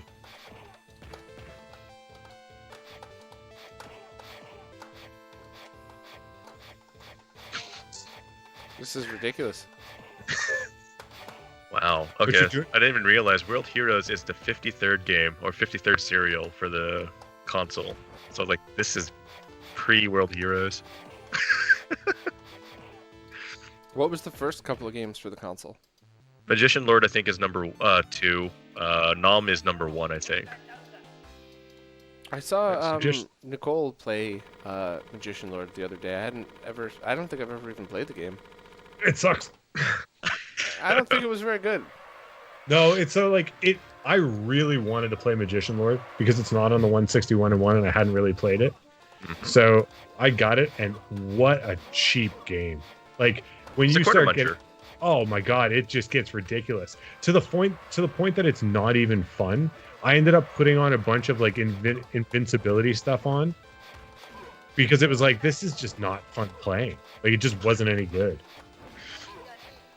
All right, can we Just watching change this? chat, This looking is getting, for any this way is to get just the silly. Magician Lord. Okay, so but you see what I'm saying? The idea of a beat 'em up that then transitions into like a boxing match, which is a fighting game. I think the game idea has potential. I just think it was executed absolutely horribly. That'd actually be pretty cool. So I mean, like I'm not sure if you play any of the sports games like NBA 2K or whatever. Like, you have the story mode for that. If you have something like that for like Fight Night, right? Oh, let's take this kid off the streets and do like a total what was that one called? It's like the Rocky remake. Yes. Where they train Apollo's son. Creed. Creed. Yeah, do that in a video game format. That'd be sweet. Yeah, I mean, you've got somebody and they've got a fight and they've got all this stuff. And it works with the anime. Like, I get what they're doing because he's kind of like a down and out guy and the whole situation. They actually redid like a second part of it called Megalobox. I think it's on Netflix. And it's kind of based on that in the same type of universe as Tomorrow's Joe, Ashino Joe. Sorry, I love crappy boxing and sports anime. Oh, dude. Ippo's my go-to. Yeah, I mean, my kids are watching that right now. That's why they got into boxing. Good stuff. Just see your son try to pull off a Dempsey roll or something. Oh, we haven't got there yet. He's already tried to copy everything so far. So we'll wait till he gets with your hand open. Yeah. It was such a man. I wasted so much time on that in freaking One Piece. All right, blowing fire out your mouth, definitely cool. Yes. Don't get hit. Well, Yeah, first stage is a cakewalk, and then it gets to the why is this so hard? Why can't I kill this guy? Well, I mean, if they had stayed with what goes on in the first, if it had stayed at the similar difficulty level and became, more, the environments were better and there was a whole bunch more stuff in it, it would have been amazing because I love these type of games. You know what really boggles me now? So, why did Karnov have literally games on every other system that's like action shooters, but none on SNK's actual home system? Karnov for NES would be great on a freaking Neo Geo with sprite work. Again, more reason we need more Neo Geo hackers. Come on, you got the SD Pro, you got the dev tools now. Yeah. on the Mister, you could work on all this stuff in software emulation, Exactly. test it on the Mister, and then test it on ROM carts. I really do think that, the retro gaming community being small enough that you could do something like release the first level of a game for free as a ROM to be played wherever you want it, and then sell the game, the rest of the game, and you got to give your serial number of the cart or whatever to tie it to it. It's annoying, but it's a way to actually sell the game and make it worth your time. Yeah, I mean, we're at a point now where most of us playing this stuff have jobs, hopefully still after the pandemic, but we have jobs and we have everything, and I'm willing to pay people money when they do good work. Like, I don't need to be a pirate. I don't need to steal stuff. Like, Absolutely. I would absolutely pay. I mean, I paid for Nicole's game, Space Ava, because she did something cool. Agreed. I mean, it was awesome. It was fun to play. It was great. Like, stuff like that, I think people are willing to put money down on, especially if something like you say you give a demo. And that's the big thing about Kickstarter is that I hated because people would show, like, you're getting stuff with basically some pre-concept artwork and someone saying, hey, give me money. And it's like, I have no clue if you can do this. Like, making a game is hard. Yeah. Well, as both of you know, there's also a very big difference between going through the trouble to create something that you build for yourself and making something that you could actually manufacture and sell. The first half is really hard, and a lot of people can't do a lot of the things that all these awesome devs do. But having a working product that you could then make into production and sell, that's also its own art form that is really freaking hard. So Yeah, it's a skill set that, and like not just a skill set, but we've talked about this multiple times, Bob. It's also you've got to want to and like to do that. Yes. Because a lot of people are doing this as a hobby, and there comes a point where you say, "Man, this just isn't fun for me." Like, Abram, we've talked about this, how much money you can make off this stuff. Both of us know that we could make more money if we invested more time in our job or our career or this or that. But this is a hobby. It keeps me sane. It's things I like to do. And if I didn't do it, I'd probably just hate my job even more. Yeah. So at the same point, though, when you're trying to get everything out there and you're trying to put it out there, it becomes so consuming and so much work. And you start thinking like, man, this isn't fun anymore. Like I did this because I enjoy it and I want to not lose a ton of money. That's basically the two reasons you do it. Yeah, I mean, we were talking about it before as well, that that's one of the reasons I even got into the Neo Geo scene. I just got so fed up testing software that I wanted to play with hardware for a bit. One of my buddies on the Seattle Metro Arcade Collectors was like, hey, I have a DOA Neo Geo fork slot. Anybody want it? So I picked it up, learned how to repair the boards, and just got obsessed with the hardware ever since then. And yeah, that was literally go home from work where I was, getting frustrated, and then, oh, let me just dabble with this, and had a blast doing it. Yeah, I wouldn't make it into a full-time job for sure, but at the same time, it's out of passion, right? You find something that you're really passionate about, you put your hours into it, and as long as you don't try to use it as your source of income or your only form of revenue, you can still enjoy it. I gotta say, the only things with RetroRGB becoming my job that I've ever not liked is there are a few days where I'm like, man, I really am excited to do this, and I want to do this, but not today. I mean, that's every job on the planet, right? So I'm actually, I mean that in a nice way. And I usually don't see it come out in videos, but I was just talking to James from Retro HQ. Like, he had to change the name of the game drive for the Jaguar. And I was like, oh man, I already did a video on that. And I went back and watched the video, and I was like, I was terrible in this video. Like, this is one of the worst ones I've ever done. And the product is great. It deserves a better video. What the hell was happening to me that week? So that must have been one of those weeks where I just had to grind and get it done. But yeah, it's that, and it's just all the stuff that you have to do to keep it going. And that's kind of the same analogy as like I love designing products. I like building them, but then shipping, packing, supporting, dealing with lost products.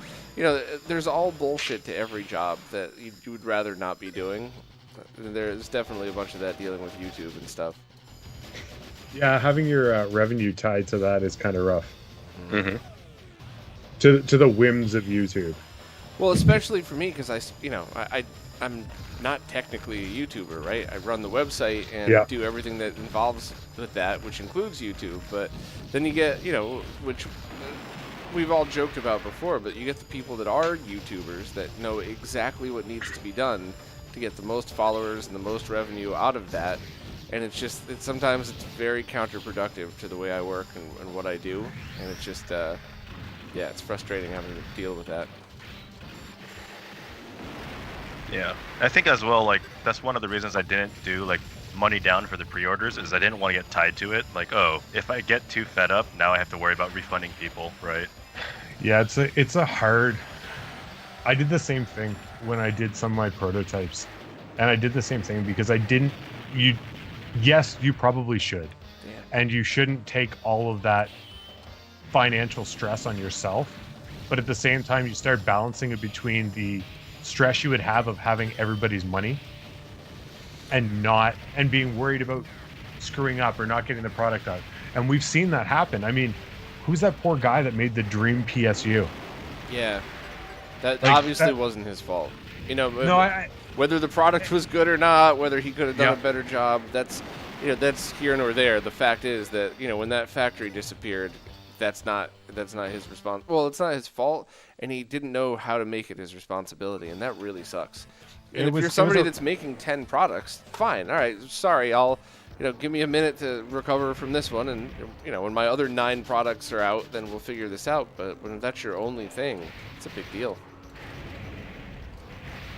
Yeah, I think I don't know if Abram, if you know about that whole thing, but he basically, Yeah, Ash is saying he felt bad for him too. I mean, the design had problems. I looked through it. I know Voltar looked through it. I'm sure Ash looked through it as well. I know there was a problem with the size of the 9-volt rail was too thin, so it was burning out, or the product wasn't spec'd to enough amperage for that rail, a whole bunch of stuff. But he had basically backed himself into a corner by taking a ton of money from people to get the order done on the to get the order done from the factory, and then the factory just ghosted him. So then he had they took all the money and just left, and now he was on the hook for it. They didn't just ghost him. One of the people that bought it lived in China or was visiting China or something like that, and offered to go to the factory, and the factory was shut down. Yeah, They ghosted everybody. So. Mhm. But I mean, I that's read- actually commonplace over there, and that's why some clone companies who will not be named can still be a company, because even if they, even if you spent the money to file a lawsuit, you could have all of the products in their latest shipment held in U.S. Customs. And then they could decide to fight it, but what they would probably do is just cut their losses and say, you know what? We got 10 grand worth of stuff in this facility. We'll cut that loss. We'll spend another 2 grand having more plastic pieces made with a different company name on them, and then we'll just, shut down that factory, open up another, go move out of another one, and no one will ever know it's us until it's too late. So I read a big article on one of the reasons why this happens and what it is, and it's totally related to security. So because the legal security system over there isn't to the same level, people get stuck in a situation where they're saying, I got to make my money as quick as possible and get out of this. And they can't live on that brand name because they don't know, regardless of what they do, if it can actually go through. Mhm. So they kind of have to get in that situation. And when things start to go south, the easiest answer for them is to just take the money from the foreign companies, fold up shop, and get out. That's crazy. Because it's just there's no way. Like, let's say they were getting sued like domestically for something, and if they were gonna lose, like, it could be huge issues. They're just gonna take the money from foreign companies, try to make amends to the domestic companies, and then just bolt. Most companies don't want to do that though. Like, it's not like a malicious thing where they're sitting there going, man, how can we scam these foreigners to get all this money?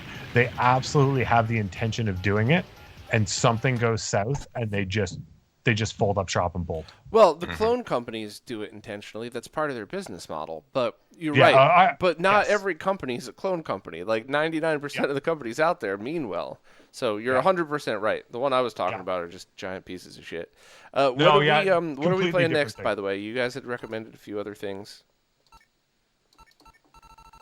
Yeah, I mean that's what happened with me. At least when they put out that order to Lori for like the PCBs, I go like, oh god, is she gonna ghost me? Like, oh no, it's fine. She just ghosts you after you pay.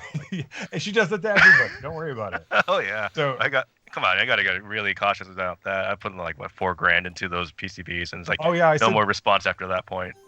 said spin master, Bob. Oh, I didn't Oh, hear yeah. you. Well, you know what? We'll play this turd and then go Okay. Spin Master. Does anybody in the chat actually like this game? Is there anybody out there that thinks this is a really good game? No.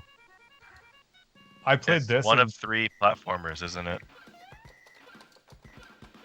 It's like Fantasy Zone gets a platformer. I remember seeing this like on was it Nick Arcade back in the day? Kids, trying to play this for a high score or something so they can win prizes. Oh god, it looks like one of the Nick Arcade backgrounds that they would play on. That's kind of funny. I mean, really, this looks like a Super Nintendo game.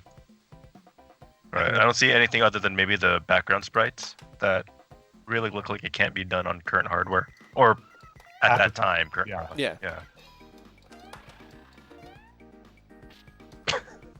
Missed it. You missed that. Yep. That was That's a my own big fault. Kobe.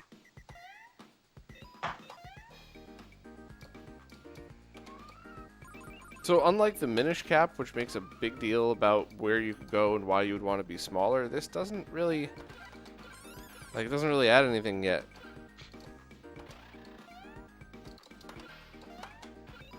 Yeah, Oh yeah, it's that just not- reminds me. That's one of the reasons I also got into like the Neo Geo scene as well. Was like back in the day, throw out shout outs to an old dead emulator page. Brian's emulator page was like talking about Game Boy Color and Game Boy emulators, and I started playing Link's Awakening on the thing. I'm like, this is amazing. I can play Game Boy games on a giant CRT. And then I looked at the other tabs and say, what's Neo Rage? Gave it a shot. It's just like, oh my god, it's literally an arcade cabinet at home. Yeah. Oh, that was like the days of waiting for releases to be decrypted and released. Man, I used to follow so many translators back in the day to try to get like RPGs from Japan on SNES consoles and just being like, oh man, I really want to play this. DJAP. That was like the only one back at that time, wasn't it? Well, there was A on Genesis, but I don't think they really. DJAP was the one that I followed all the time, and like I remember being on our IRC and talking about like when their hard drive went down, and like they took donations to get their hard drive back up because they lost source, and it was like, man, that was like that. Like it was so early, and to think about that's kind of like something I would see happen today. If something similar happened today, I could see that going on. But back then, it seems so like it was such a smaller community, but at the same time, people were still willing to help out and try to get that stuff.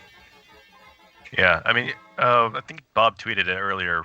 Bu and the Bahamut Lagoon translation, literally a 2-man job, but because now they're like super fluent with like the programming language and translating in general, got it done in like what, a couple of months or something. Yeah, that's pretty. But I'm sure. Near is his name now, so I'm sure Near didn't sleep at all, so don't worry about it. Yeah, all right, enough of that. What was the game that you said? Play Spin Master. Spin Master, okay. Spin Master and Top Hunter are both really good platformers for the system. And if you've played Top Hunter, give Spin Master a try first, because I thought it's kind of it seems kind of kiddie because it's got that like yo-yo mechanic, but I think it is the one I was talking about where you jump back and forth between the planes. This is the one I was thinking of as well. Top Hunter, okay. Yeah, Top Hunter, you jump between the planes. Okay. But yeah, there's this so is, many this games is the on one I Neo was Geo thinking of, with the yo-yo. I just completely dismissed it because the graphics didn't look nice to me. Yeah. But the the gameplay graphics is totally look solid. Blah. But yeah, it feels good to play. It's fast paced, right? I mean, like Blue's Journey was super slow compared to this. Oh, boring as hell. It was like all of the elements. It was like half of all of the elements of a good Super Mario game, but like not actually one completed element. Yeah, I mean, if you just go off the attract mode for this game, it wouldn't have interested me at all. No, it's one of those games that you have to play. You have to get a feel for the game, and then you're like, actually, this controls pretty well. Because not to mention, I think the track mode for it, he's on a boat, so it's one of the forced scrolling levels. So the auto-scrollers. Like, the auto-scroller, yeah. So it's like, oh, you don't get a sense of how much control you actually have on the character.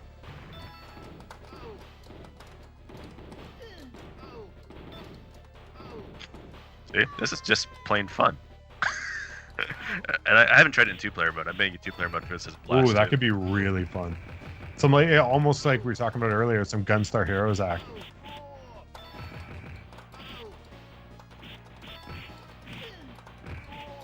This is kind of a cool game. Yeah, it's definitely not like it definitely kicks the crap out of Blue's Journey. How early was this in this cycle? You know what though? It's kind of got that Shinobi feel. That's what it is. You're throwing the ninja stars, and it just kind of reminded me. Yeah, this has throwbacks to a bunch of different games. Yeah. Look, that's Dr. Wily. Yeah, I was gonna say you're fighting Dr. Wily, so yeah. Not a bad boss battle either.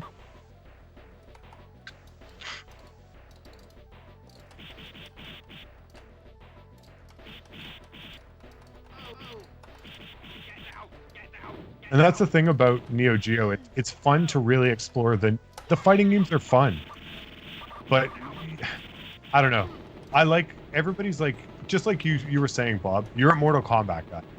I love KOF, but I like KOF 2K2. And most of the time, I don't want to play any other games that are fighting games. I'll play 1 or 2 here or there. But when you get into your fighter game, you get into your fighting game, and that's what you want to play. It's hard to like jump into a bunch of different fighting games. Not everybody can be Justin Wong. Yeah. Mm-hmm. Hey, Steak is here. What's up, my friend? Yeah, that's why everybody loves Smash, right? It's supposed to be Yeah. a level playing field. It's supposed to be. I don't know. I have a buddy that's like literally pro level on it that I cannot get a single stock off of him. Dragonhead, it's this is Spin Masters. But that's why I really think it's fun to kind of highlight some of the non-fighting games when you're playing it. Always. I don't know. Everybody just says Neo Geo is a fighting game system, but there's quite a few games that are actually really enjoyable. It does have great fighters, but it also has great other stuff too. I think that's one of the fun things, though. I think we talked about this one time. How many games does a system have to have for you to consider it good? Like good games, like worth your while. I think it's not just the fact that it has good games, and I think the Philips CDI proves that to everybody, and that it can't just be a console with good games. It has to have the contrast of good to bad games. And the Philips CDI has Thunder in Paradise and Thunder in Paradise, and that's it. So it's like, if you have a console that has 10 games and 8 of them are good, it's a good console. Yeah. So for me, I need like 5 or 6 good games if I'm going to invest in something. And like PGM kind of gets there, where a lot of people are like, oh, it doesn't have a lot. But I like beat 'em ups, and it has a bunch of beat 'em ups and a couple of other decent games. For me, that's enough for me to like the console. It's enough for me to invest into it. And the carts are cheap enough. I'm so debating getting a PGM just so I can get all of the cave bootlegs. Yeah, I just got exactly that. I just got a cave bootleg, and I Dodonpachi, and I already have one beat 'em up game that's pretty cool. Yeah, I mean, they're not the most amazing games in the world. Like Demon Front's fun. Metal Sluggish. Metal Sluggish. But then you've got being a Chinese history major, I was kind of big into. I love the Chinese history based stuff with Knights of Valor. Yeah, Yep. that's the game I have. Yep. Yeah, Knights of Valor. Like the issue is that the PGM library is like Neo. It's like the people that made it were the same people that did all the hacks on the Neo Geo stuff. So every game is like Knights of Valor 2 plus Super Oriental Special. It's like, oh man, come on! I have no idea what this is. I think I'm probably going a little too fast through this, because this feels like a game that you should take your time. It feels you like having fun, yes, in a good way. It feels like slower than Contra, but not much. Mm-hmm. Like you got to keep moving, but like you should take your time and plan your moves and stuff. And I keep getting lit on fire. But the thing that I really like about it is it's fast, right? Yeah. There's not a lot of slog. There's not a lot of slow platforming or anything. It's you want to speedrun it. You probably could speedrun this game. Well, I couldn't, but I know. I'm just saying that it's one of the ones where it's like, oh, you don't have to worry about the pacing for how the bosses have to be defeated or anything. It's just play. Go as fast as you want. The screen will catch up with you. I mean, it also has a little bit similar to like Adventures of Little Ralph. Shout out to Jimmy Hoppa there. oh, I still haven't played that game or seen his video. I got to catch up with that. What are we playing next? Top Hunter. Top Hunter. Let me see. Is that before or after that game? In terms of like release Yeah, date? release date. All right. Well, I need Spin Master was another beer and I have to 93, pee, so Top you are all going to see the Top Hunter track mode. Okay. All right. Top Hunter is a year after. After this, I'm probably gonna have to head out. Sounds like the kids have finished making pizza. Mm-hmm. So if everybody watching the stream, RetroRGB has the files available. They're up. They're good to go. You can grab them from there. And if you want to make your own OMVS, have fun. By all You means, could- somebody designed the cart flaps for me. I cannot get that to work, no matter how hard I try. I think the other thing too is, I was thinking about this the other day. Like, so with the boards, we designed them so that you could just plug in pre-made cables. But if you're making it yourself, you can definitely just wire from front to back into the holes. I mean, we specifically put the names of stuff on the board, so you don't have to worry about what it is. It tells you which wires need to go where. So it's super simple. It's just for debugging. Like for me, when you're building like 50 different consoles, you want to be able to swap out the chip if you feel like it's bad, right? But if you're just going to do it for a single console, by all means, hardwire it. You probably get more solid connection that way. Mm-hmm. Vanessa, yeah, Jimmy's video was awesome, and Ash, I didn't get a notification either. On the last time, he basically did a live stream because he did a premiere because he said no one was getting notifications for his videos. Who? Jimmy. I still don't get any notifications for a lot of people. It really pisses me off. Yeah, he goes into the demo discs, and it's I'm not going to go ruin it, Ash, but it's really good. Yeah, it's so annoying when you don't get any of the information on that stuff. You're sitting there and you want your streamers. I know you dealt with it. Like, I never get any of his notifications. It's frustrating. His streams are fun too. I know. It's like but yet I'll see the same damn stuff repeated over and over again for videos I've already watched. Oh, I get it now. Okay. Yeah, it's a little gimmicky in this game, but what is that, like Rice Star? Rice Star Mischief Rice Makers, Star. where you have to grab and throw everything. Even Gunstar Heroes, you have to grab and throw everything. Yeah, it's in the background. For sure. All right, I'm starting to get it now. I think I'm sitting a little too close to this 20-inch PVM 20L5 as well, so I need like some more depth here. Oh yeah, I was gonna speak about that. So, you've seen the CRT bot guy on? Yes. Yeah. So I was talking to him the other day, and basically because I was dealing with the colors on his stuff for PC Engine just didn't make sense. So we kind of dug into it, and I pulled it up on my PVM, and my colors didn't match his at all.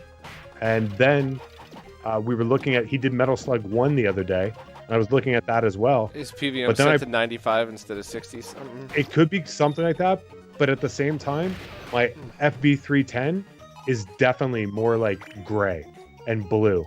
The blues are it has that like cooler feel to it, even though it's set to neutral.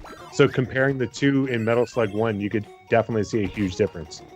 So it's hard with that stuff because it's hard to get color accuracy from a picture because you don't know what iPhone is doing to everything or whatever you're using for a camera.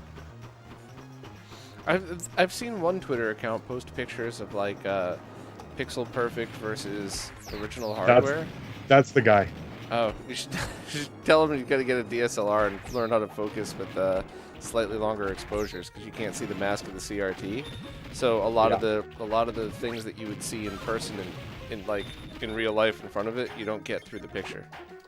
Yeah, they're good. The thing is, they're good comparisons, but some of the drastic color differences kind of ruin the comparison because you notice the color before you notice any of the way the sprites are shaped differently or any of that stuff. Hey, there was a question in chat actually. Will your AV boards work with a non-C? Sure. Right? I mean, I know that Gemination X was saying that, hey, they have different RGB values per board. But I don't know, just in my opinion, the RGB ladder is the same on all circuitry, isn't it? Yeah. Well, no. So all MV1Cs definitely, and the MV1B as well. That seemed to line up with all of the stuff that we've tested in the past 2-3 years now, right, T? Even the 2 slots, though. Like, I didn't notice... like, we were within 50 millivolts of every single Neo Geo board I have that I checked it on. Okay. Did you try to get it on a 4 slot? Not a 6 slot, I don't have a 4 slot, I just have my 2 slot. Because, I mean, I've played it with a 2 slotter. Yeah, it works great. Tried it with a B, an F, and a MV1, and all of them were great. So at that point, I didn't want to say definitively that there'd be no issue with the AV board on any of them. But yeah, I mean, I was pretty convinced that it worked well. But what about the situation where it's not actually JAMA, it's that Neo Geo standard? MVS standard, yeah. Yeah, I mean, the issue is you wouldn't get audio anyway because we're only pumping in 5 volt. from the board. So you've got to figure out how to wire whatever you need to wire if you want to use the 12-volt stereo, right? Well, yeah, in this case, like I think I posted it to Twitter. I did the MV1F custom for somebody. Yeah. And they have a 4-pin header on it, so you can attach Yep. the headphone jacks. And I just pull it off of that, and it works great. Yeah, no problem. But is that, you can get that before, you don't need to provide the board with 12 volt? Nope. Remember, Oh, the headphone jack is line out, so it's not actually amplified. Well, it does have an amp circuit on it. So the MV1F, if you take a look, it's got Question from Stika: will you marry me? I thought we were already engaged, you cheating bastard. And somebody wants to know if I'm ever going to cover the GBA HD project. Which one was that? I'm really sorry, I don't remember off the top of my head.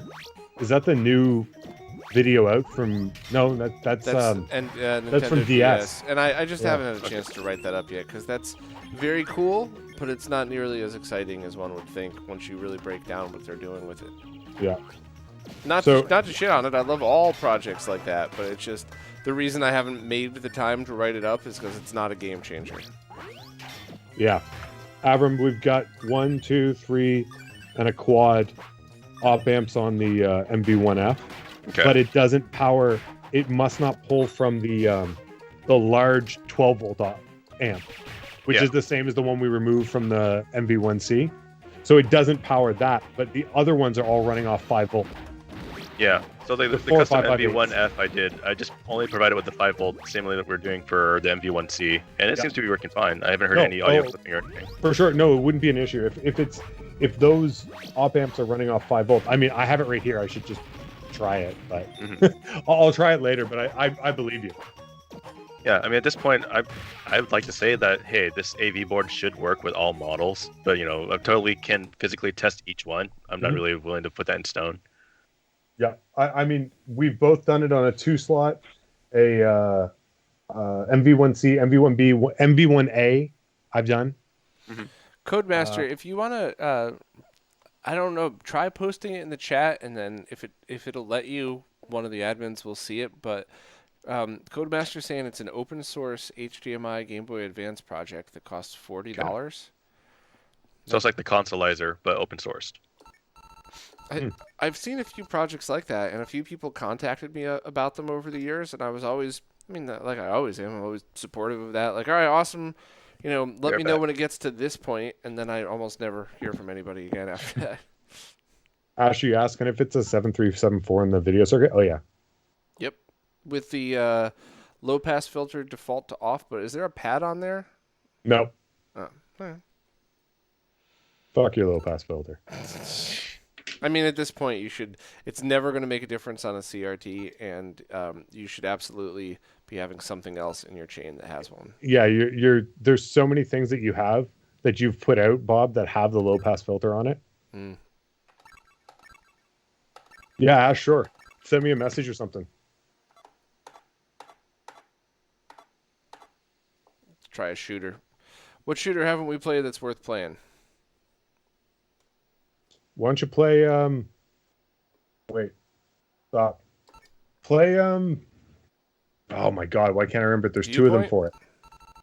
No, play the overhead top-down shooter. There's a bunch of them. Arrow Fighters? No, not the... It's more like Contra from overhead. Keep scrolling. Captain Tomaday? Come on, somebody.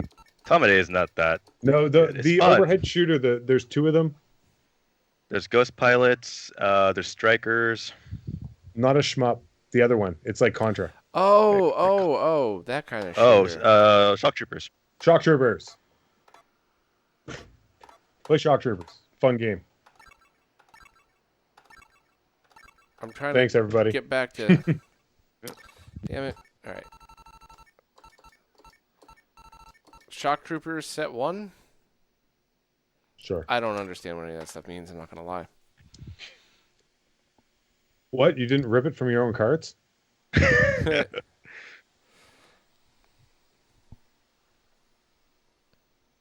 I absolutely no disrespect at all to the original Neo SD, but I'm so glad that we're not streaming with that one because it would be a lot longer wait between loading each game up. Well, I think loading it into RAM is just super quick no matter what you do, right? Yeah, and I mean, look, like, for playing at home, I would never have a problem with that. But on stream, with everybody watching and waiting, it's like 2.5 minutes between games every game. It's not the best for streaming. But the Darksoft was lightning fast when you're doing the one game at a time. The Neo SD Pro has been lightning fast. And the 161-1 has been instant. This control's so weird. Yeah, you have to using kind of get used to it. Are you using the joystick or are you using the controller? I haven't switched to the controllers at all. I've only been using the joystick, but this would be better with like a spinner controller. Honestly. What was the game? Crap, I have it here. Akari Warriors. Yeah. SNK. You get the two Where did spinner your hair joysticks. go? Did you see that episode? Anybody who didn't see the episode is like, what the fuck is Bob on? And everybody who did is like, that's funny. Yeah, Akari Warriors is that had one of the most unique arcade cabinets for controls. SNK as well, remember? Yep. I don't know why they didn't do Akari Wars in Neo Geo. Why didn't they do? Threw them into KOF and called it good. The controls in this game really suck. Like, this is not even slightly fun because of this. Like, why can't I just... Blasphemy! People will Just fight gotta you for get that. better at it. Just gotta get better, Bob. I guess. But the whole point of a game that, you know, it's good after you get... Or it gets good after you get good at it. Like, it has to be rewarding in some way. Yeah. Like Outrun, You can say right? the same thing for fighting games as well, right? World Heroes took you a long time to get good at it. I guess, but like it's still World Heroes. You put in a quarter and then you punch your enemy and you get what it's going, or you get what to do with it. Racing games are usually the easiest. As long as you can turn a damn wheel, you can play a game. How come we didn't get Crystallis for Neo Geo? Don't we have it here? No, Crystallis is NES SNK as well. SNK game. I just So look at it's anything like- on the Switch collection, right? The SNK anthology. I'm like, why isn't that on Neo Geo? I mean, Crystallis is an RPG, an action RPG. No, but I'm just saying, like in general, like put them in King of Fighters. Fuck, that'd be pretty cool. Yeah. All right, Neo Geo ROM hackers, somebody hack this with a spinner controller, please. You need to hook your Jag up to it, right? Or port it to the Jaguar. There you go. That would make it the second good game on the Jaguar. Yeah. I'll be doing that stream at some point.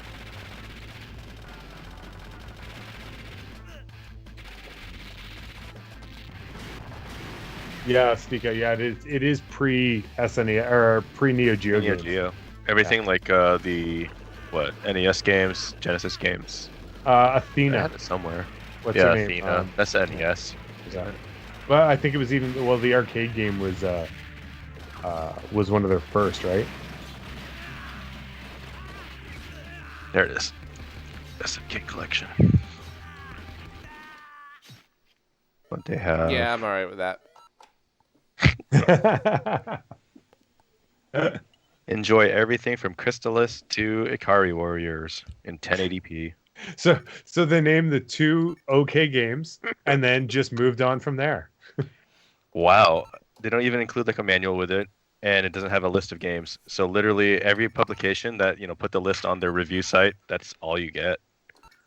You pop it in your cart, pop the cart into your system and look at it there. You know what I would really like to see? Hold on, let me turn off. Can I turn off system sounds? Sorry, I should have done that. I would really love to have somebody go through and do a ROM set that goes through, like, why do I care about Super Baseball Set 1, Set 2, and Set 3?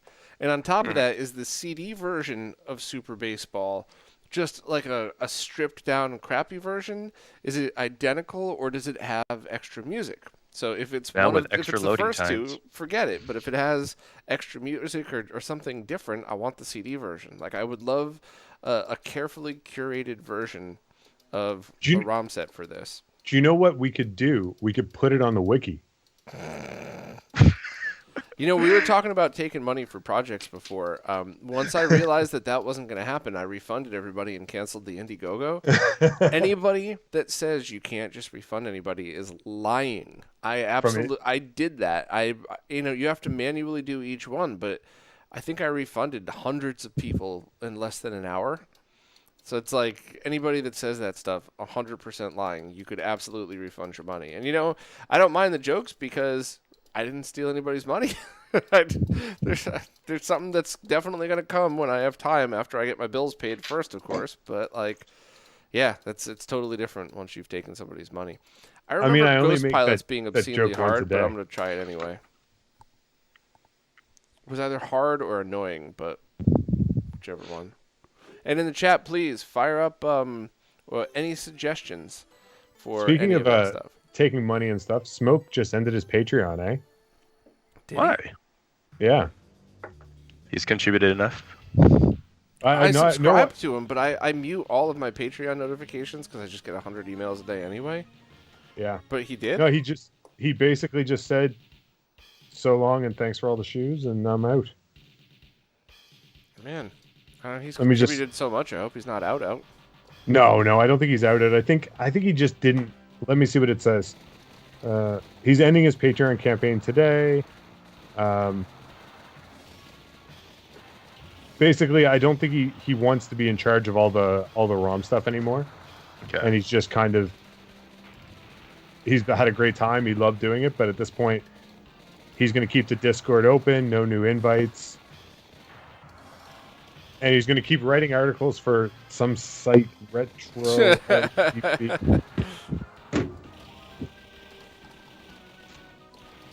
So yeah, I mean, he's been like a huge part of the community for so long. Yeah, absolutely. And it's funny, at first people didn't really realize what he contributed. They're just like, oh, he just makes ROM packs? Like, no.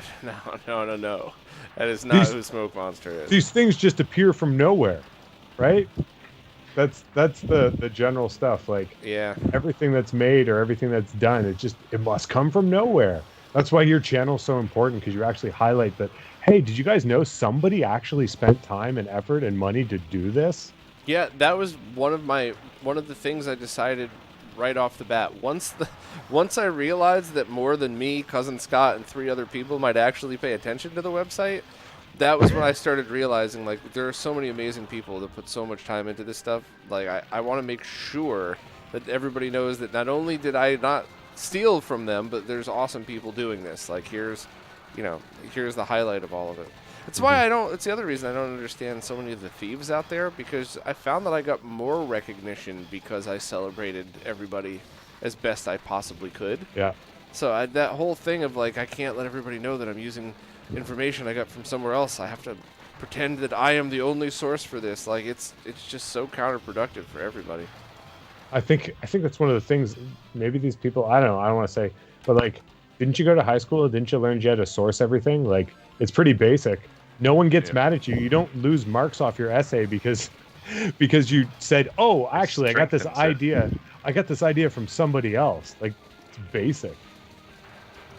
All right, I would like a recommendation for a good shooter game, because this is just getting ridiculous. This seems like another one. I was saying, Ghost Pilots is overrated. Everybody likes that cart. I still think that Blazing Star and what's another one that's really, really good? Blazing Star is a Pulsar. shooter you like? Blazing Star, Pulsar, and Viewpoint are my 3 favorite shooters. All right. Well, next time I die, I will move on to one of those, because I do like a good shooter. But I like a shooter that you don't have to be 100% involved in the first level. Like, And you want the cave shooters because why? that's a good point. All right. Blazing Star, right? Yep. I mean, okay, so for me as well, big shout out to Smoke Monster. He's the one that got me on your radar, if you even remember that. No, but that's no disrespect to Smoke. I have so many messages and so many people saying you should look at this, and in the midst of all of that are so many scams and, click here to get all the, so I very often forget all of that stuff, but I just know that we ended up talking to each other, and now because of you two, there's a phenomenal freaking product out there that makes Neo Geos obtainable for people. Obtainable that they don't have to worry about a thermonuclear explosion happening if they plug it into their scaler. Smoke actually got me into Neo Geo as well. Like actually collecting hardware. It was way couple years ago.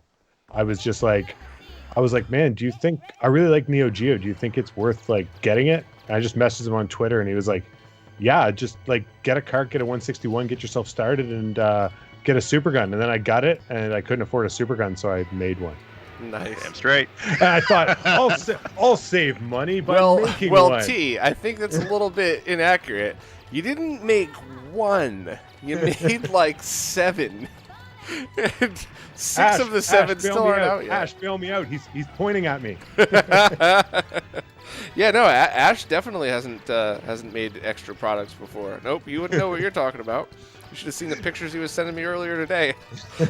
There's more things in Ash in me and Ash's chat on Discord. There's more pictures of products of things that most people wouldn't be able to get halfway through.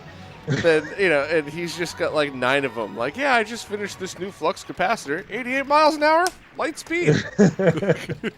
It only gets to 87. I'm just gonna leave it for a while. That's till Ash's I figure it out. curse. He did the flux capacitor, but he can't get it past 87.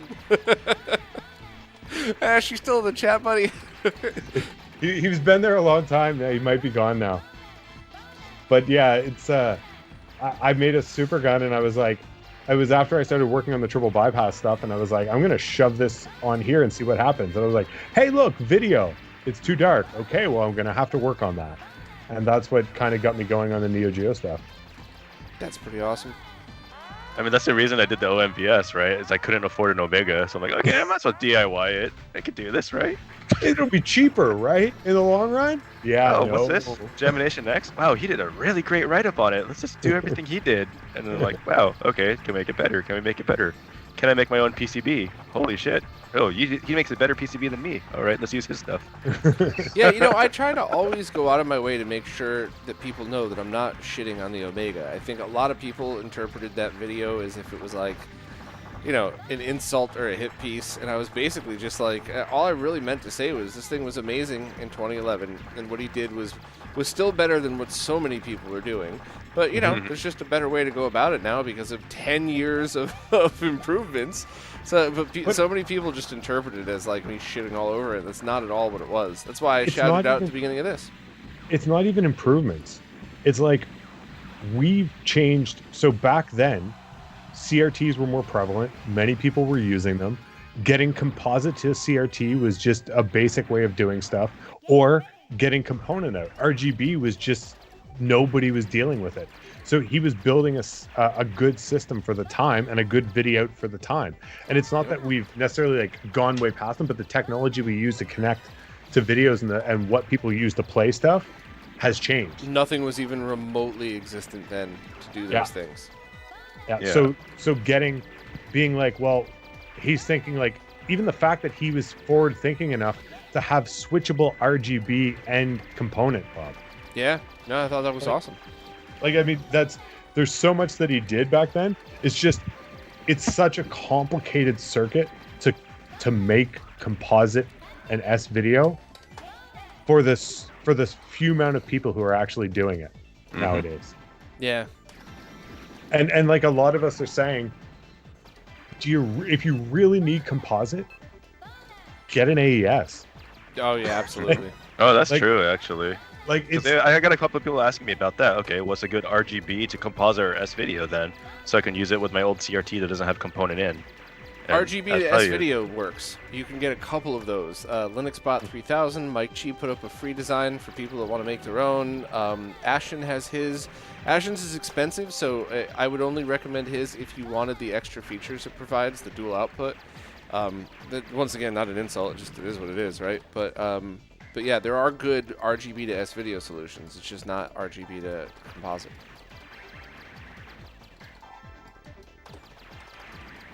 Yeah, Kendall Ferguson's talking about in chat, just like people asking about the OMVS and all the stuff. The files are out there now. Yes. Everybody can make one if they want. And suppliers, the license I put on my stuff was I don't give a fuck license. It was a license. It's the license that says you don't even have to credit me. I literally don't care. Just don't I'm not legally stop liable. making garbage. Just stop buying a clone-ass pound cable and epoxying it inside of a glued-together case. Stop it. Stop it. I'm You not two have legally provided liable everything for- everybody needs. For the crap, if you break your stuff, and like Abram said, if it doesn't work on a 4 slot, oh well, it's not going to kill anything. Right. It's not going to make output, anything. right? Like it could be slightly too bright or slightly too dark. That's But never all you're too getting bright there. to actually blow anything out. Just Yeah, that's it. exactly. Nowhere close to that. So that's what you're dealing with this stuff. It's out there. You're good to go. It's if the other thing that we talked about, one of the biggest things, like Abram's making them, taking orders, paying them, putting all the work into it. If you're not going to do it yourself, he's still taking. Eventually, when he gets caught up, he's still taking orders on this stuff. Yeah. But one of the biggest things is like our buddies in Brazil, our buddies in Europe, like the UK with their stupid laws now on their tariffs and stuff and their VAT. Like, I don't want these people to suffer for that. And there's no way. The trouble for you to do it and send it there, it's so much extra. So now, if somebody wants to make it, have at it. Like, they can do whatever they want. Yeah, I am always trying to bend over backwards to get stuff in and out of Brazil. And I think this was a big deal. Fabio from Gamescare, he's been looking into trying to get these made there as well. And I even asked, like, hey, could you look into possibly having a plastic mold made? And then we just, because I don't think it costs anything extra to export from Brazil. So, like, all right, let's do this. And I think the prices he got there are very close to U.S. prices. So it would still even be cheaper to just have a bunch made in China. Yeah. All right, this is a cool game, but it's real hard. So what's another one? And I like top-down. Sides are very cool too. But do you have another top-down shooter that you would recommend? Top-down shooter. Only other one I think is Strikers. You already played. What was it? Aerofighters. Not Aerofighters. What was the other one? Alpha Mission 2. You already played through that. Yeah. I didn't play this yet, right? Nope. Strikers, 1945. All right. Not today. Yeah. Strikers is Capcom, isn't it? No, Psycho. Mhm. Talk about. Ooh. Yeah, I'm just very excited to finally get a project out to people where there's no more excuses for garbage products. There was one. How do I word this very carefully? Don't.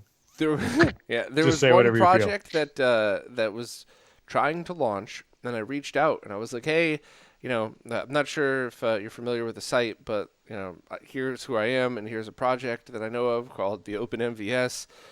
Your project looks cool, but like, how are you handling the video? Is it safe? How are you dealing with cables? Because if you're making a custom cable and somebody loses their cable or breaks it or whatever, how are they going to replace it? And they responded like a week later with like, oh yeah, cool, yeah, great ideas. I'd love to work with you, but we're not going to change any of that stuff. And I was like, I responded super polite. I was just like, all right, well look here, here's a bunch of other questions, and everything's free. I'm not asking you for money. Like here's, we'll send you the files. And they ended up, I don't know why, but they ended up canceling the project, and I'm very, very happy because there's no more excuses. I was gonna say, garbage. like, is this the same one I'm thinking about? Yes. Yeah. We Yeah, reached out to them with files, Abram. And we were like, hey, we can hook you Make up your with thing something better. safe. Like, make it not crap. Like, something that'll cut down your assembly time. I'll give you the files if you want to modify it yourself. And they were just like, nah. Didn't even bite. And we're like, And okay, well, there's also some signs that product that they were putting out may not have been their idea. So, yeah. signs or big bolt-faced turf master shape designs. Yeah. So I was Yeah. I didn't bring I it up. remember in I any was of like the low key poking questions as well on their Facebook page for it, and like one of the things that they said that really stuck out to me was, okay, it uses the AES 8-pin with stereo out. I'm like, Yeah, then that's no, not it doesn't. standard. I know, that's would not be- standard. Like, how are you doing that? Are you using custom pinout? No response. And then other people started asking it as well, and he took down my comment. I'm like, okay. Oof. That would Yeah. be the only standard, which is not a standard that you could use, is the PC Edge and RGB mod standard. Yeah. So you don't get composite video, but you use sync, so you can do RGB sync. They could do that with 8-din. Yeah, but That's if you're fine. building a product from scratch and you're building a case Then you need a around it- custom cable, yeah. Yeah, well, no, the opposite. If you're building your own case, that means you could define whatever it is that you want to put in it. Yeah. So how about you build a DIN that you could actually get a cable for? Yeah. So Yeah. no custom bullshit. It's totally different if you're like, okay, well, I have a PC engine and I don't want to Yeah. hack up the case, so how do I make this output RGB? That's totally different. I'm 100% behind that. Yeah. But But if you're I building was the just damn saying that's the standard they could use if they were doing it, but it's not really a standard because it's still kind of a custom cable. The other one is like, I mean, the arcade guys like to use the mini 8-din. And I have nothing wrong with the mini 8-din, except for it doesn't support the Rad 2X, and it doesn't support the HD Retrovision cables. So that's the only reason why I wouldn't use that. yeah, I hate that the Genesis 2 standard requires you to output not standard RGB video, but the fact that there's just so many cables available, it's And when you have throw it to. on a scope, we're not seeing issues. So that's Never. one of the things that I kind of want to get out there is that, like, yes, it would be better to have the 75 ohm and 220s or 330s on the board, but we're not seeing transmission issues with the way these cables that are made nowadays, especially your retro access, your Rad 2Xs, your retro gaming cables. They know how to make cables. They know how to make Genesis cables that don't suck. So why would we try to get them to make something completely different? Yeah, I'm getting my butt kicked. All right, so anywhere or any other games I should play? I always love shooters, so that's good. But is there any other game that we should start or that we should play? I think I have a couple more games left in me before we start winding it down. Nightmare in the Dark if you like Snow Brothers. Never in the Dark's fun. I'll try anything. Except for Don't Blame My Audio. That's a sample issue, and I still want a hacker to fix that. So do you know what I'm talking about, Bob? The audio sound? Mm-mm. You'll hear it. You'll hear it when stuff kind of explodes. Or even, I think, the jump sound. It sounds like they screwed up the samples. But yeah, for anybody that actually wants to use the AV board that TF put up, making a 3D mold actually for it right now so that you can actually, drill it into any case you want, fit it in. One of the things I want to try doing is seeing if I can actually fit that inside of an analog case, because one buddy was trying to sell his analog so he can buy an OMVS.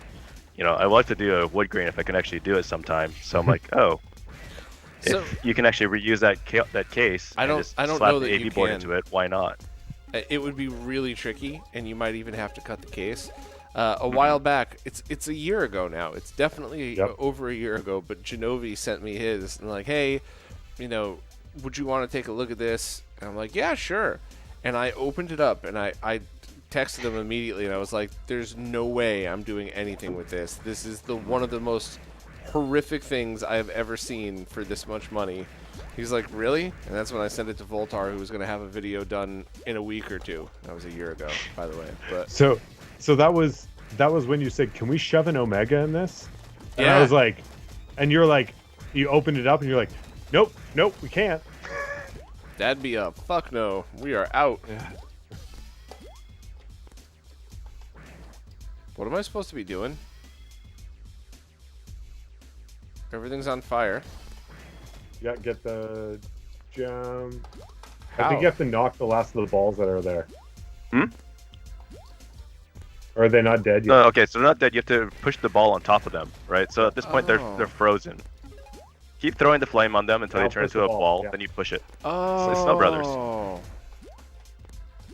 Like Snow Brothers, you have to roll the ball and everything to kill him. Yep, and you missed that one. So just keep flaming him until he turns into a ball and throw him.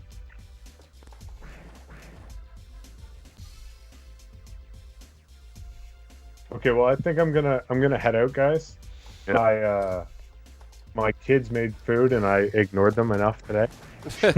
Thanks for dropping by. Thanks for all the work that you do. Thanks for putting up with me. That alone too, deserves Bob. a fucking Thank- medal. Thanks for getting this stuff done, introducing, getting things going, always Oh, yeah. playing the interlocutor between all the things that we work on. Hell yeah, man. It's my pleasure. Awesome. Talk to you guys later. See it. Later, man. Hey. All right. I don't think this is a game that I would normally enjoy. I think let's go for one more shooter.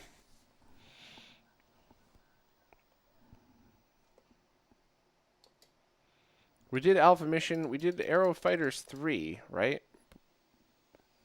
It's too good.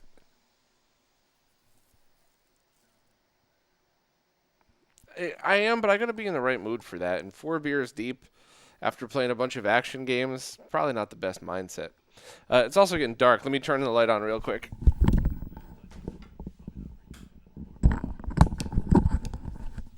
Sorry, I didn't hear you.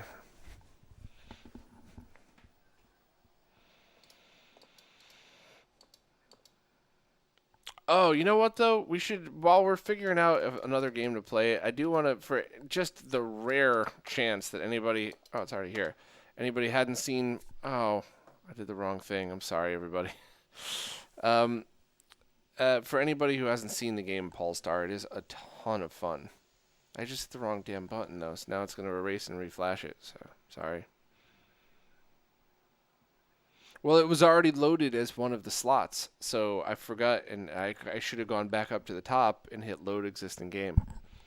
But now you get to see what it would have been like. Yeah, it's still faster than the original Neo SD was, though.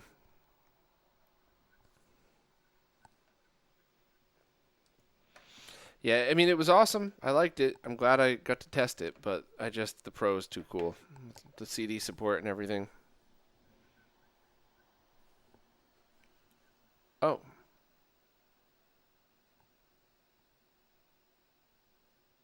It says anyone only able to hear Bob. All right, so that's weird. Skype is weird with stuff like that. You should be back, though. Oh, disconnected me or something. Let me mute and mute. There you go. Recycled. No, you should be fine now. Yep, there we go. There we go. Okay. Sorry, everybody. All right, so after Polestar loads, is there anything in the Neo Geo or Neo Geo CD that we should be testing? I should have messaged Nicole before we jumped on. I bet you she'd pull out like 3 games that we didn't even cover. We didn't might not even have them on here. I hate to say it, but we always do that. We always go straight to like the classics or like the ones that everybody talks about, right? Yeah. Where's the hidden gems, right? Yep. Where's Jason to tell us which one's hidden or a gem? Oh, King of the Monsters. But that's again a classic. I do like Polestar though. It's not an easy game, but it is pretty fun. But I mean, Oh yeah, I sent you the Art of Fighting 2. Did you ever try Art of Fighting 3? I probably did. Isn't it really, really hard? Yeah. Art of Fighting 3 is really interesting. It's like they completely reworked the Art of Fighting engine for it. So it's just like, why did you change it? It was so good. The graphics in this are so weird. It almost looks like the whole thing is pre-rendered graphics or something. I like it, but it's definitely different. I mean, would you say this is the closest to R-Type? Or... Yeah, but it's, you know, even the way the explosions look at the fire. That looks like a video file being played. You know what I mean? I'm not saying that's a bad thing. It's definitely kind of unique. Any devs in the chat understand what the heck's going on right now? Any software devs? I mean, you'll see it as well when you die. It's really weird. Like, there's like a brief loading time before you can load the explosion.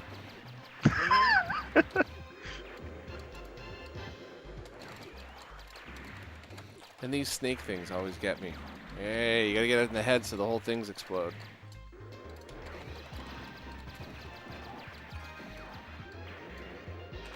Is this? ICOM is R-Type? I didn't realize that. It's what? Oh, someone said that this is the same devs that made R-Type. Oh. Oh, that's right, and you could get caught behind the wall. That's some bullshit in a shooter. Why are you putting a wall there? We're in space. Yeah, I always thought that R-Type was IREM.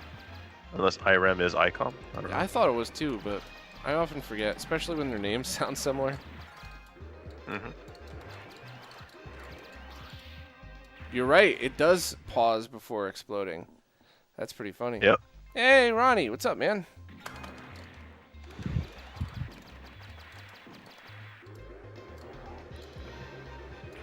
Ah, damn it. I just ran into the wall again. Alright. Yeah, it's very punishing because then you, like you said with the Ghost Pilots, now you're starting from scratch. And now you have to keep up with the same level of difficulty. Alright. What else we got for suggestions? Anybody in the chat got anything good? Yep. Uno mas. What's the last one for the stream then? Alright. You already did Magician Lord. Yes. Did we even do any Sam Show? Oh, I'm so bad at it, but I could try. Ninja Combat? Ninja Commando? Ninja Commando is a good shooter if you haven't played that. I have not played it yet, so alright, we'll end on... It's Pocky and Rocky-esque. Do we do the CD version, or do we do the regular version? I'm assuming the regular version. I guess the regular version. I don't know if that does improved audio or not. But yeah, it's like Pocky and Rocky. It's sitting at the bottom of the screen and shoot upwards.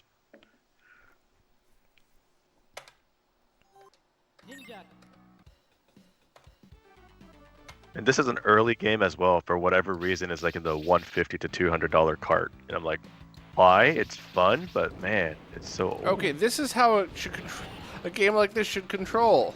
Not like the other one. This is perfect. The other one needed a spinner. The other one actually needed a stick and a spinner. And you should just be shooting automatically the whole time.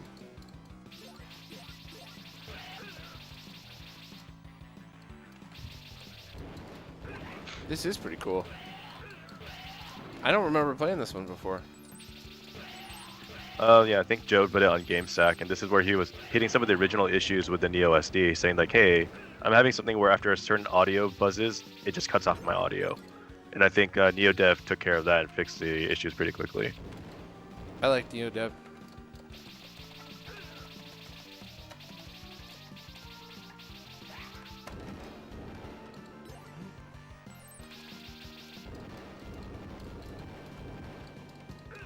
Just a random guy telling me to get off his lawn and running away, somehow immune to all the bullets I just shot at him.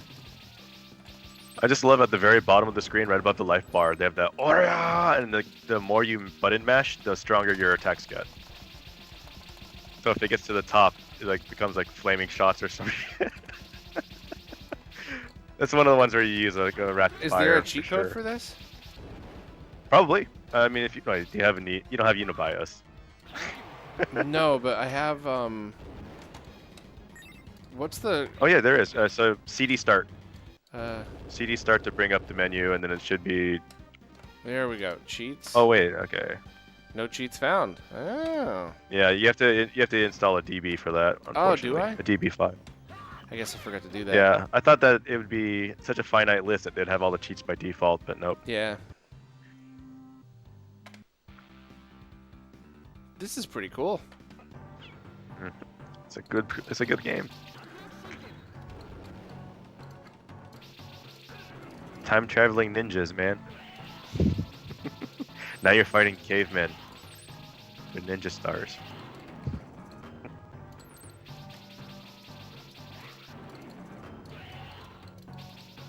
I wonder if did the Neo Geo core on the Mister include cheats for all of these things? I think so. I think it used the same cheat engine as the Unibios.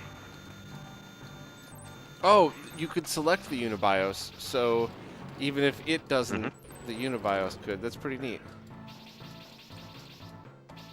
The mini MVS I had, I loved that so much because I would be able to just, you know, living in an apartment, every time I want to use something, I have to set it up. So if I have 20 minutes to kill and it takes 7 minutes to set something up and 10 minutes to tear it down, I just don't do it. But just all I need is a power cord and flip a switch and I'll be able to play. So I ended up playing a lot of top-down shooters, like the first 3 levels.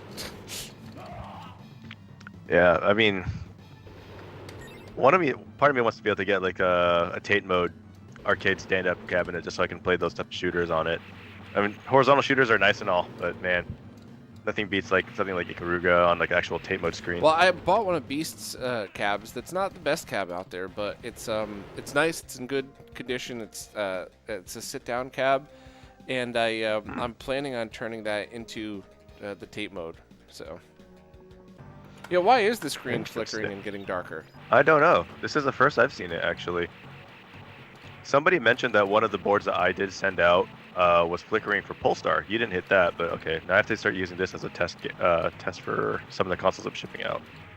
I've never seen that on any of the games I played.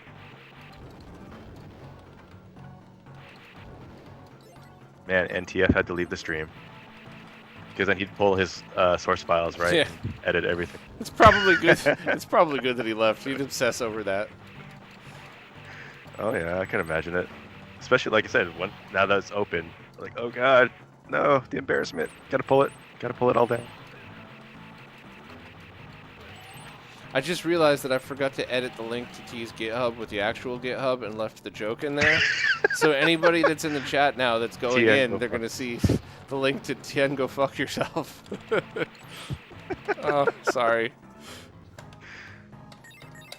It's all good. We're all working professionals here.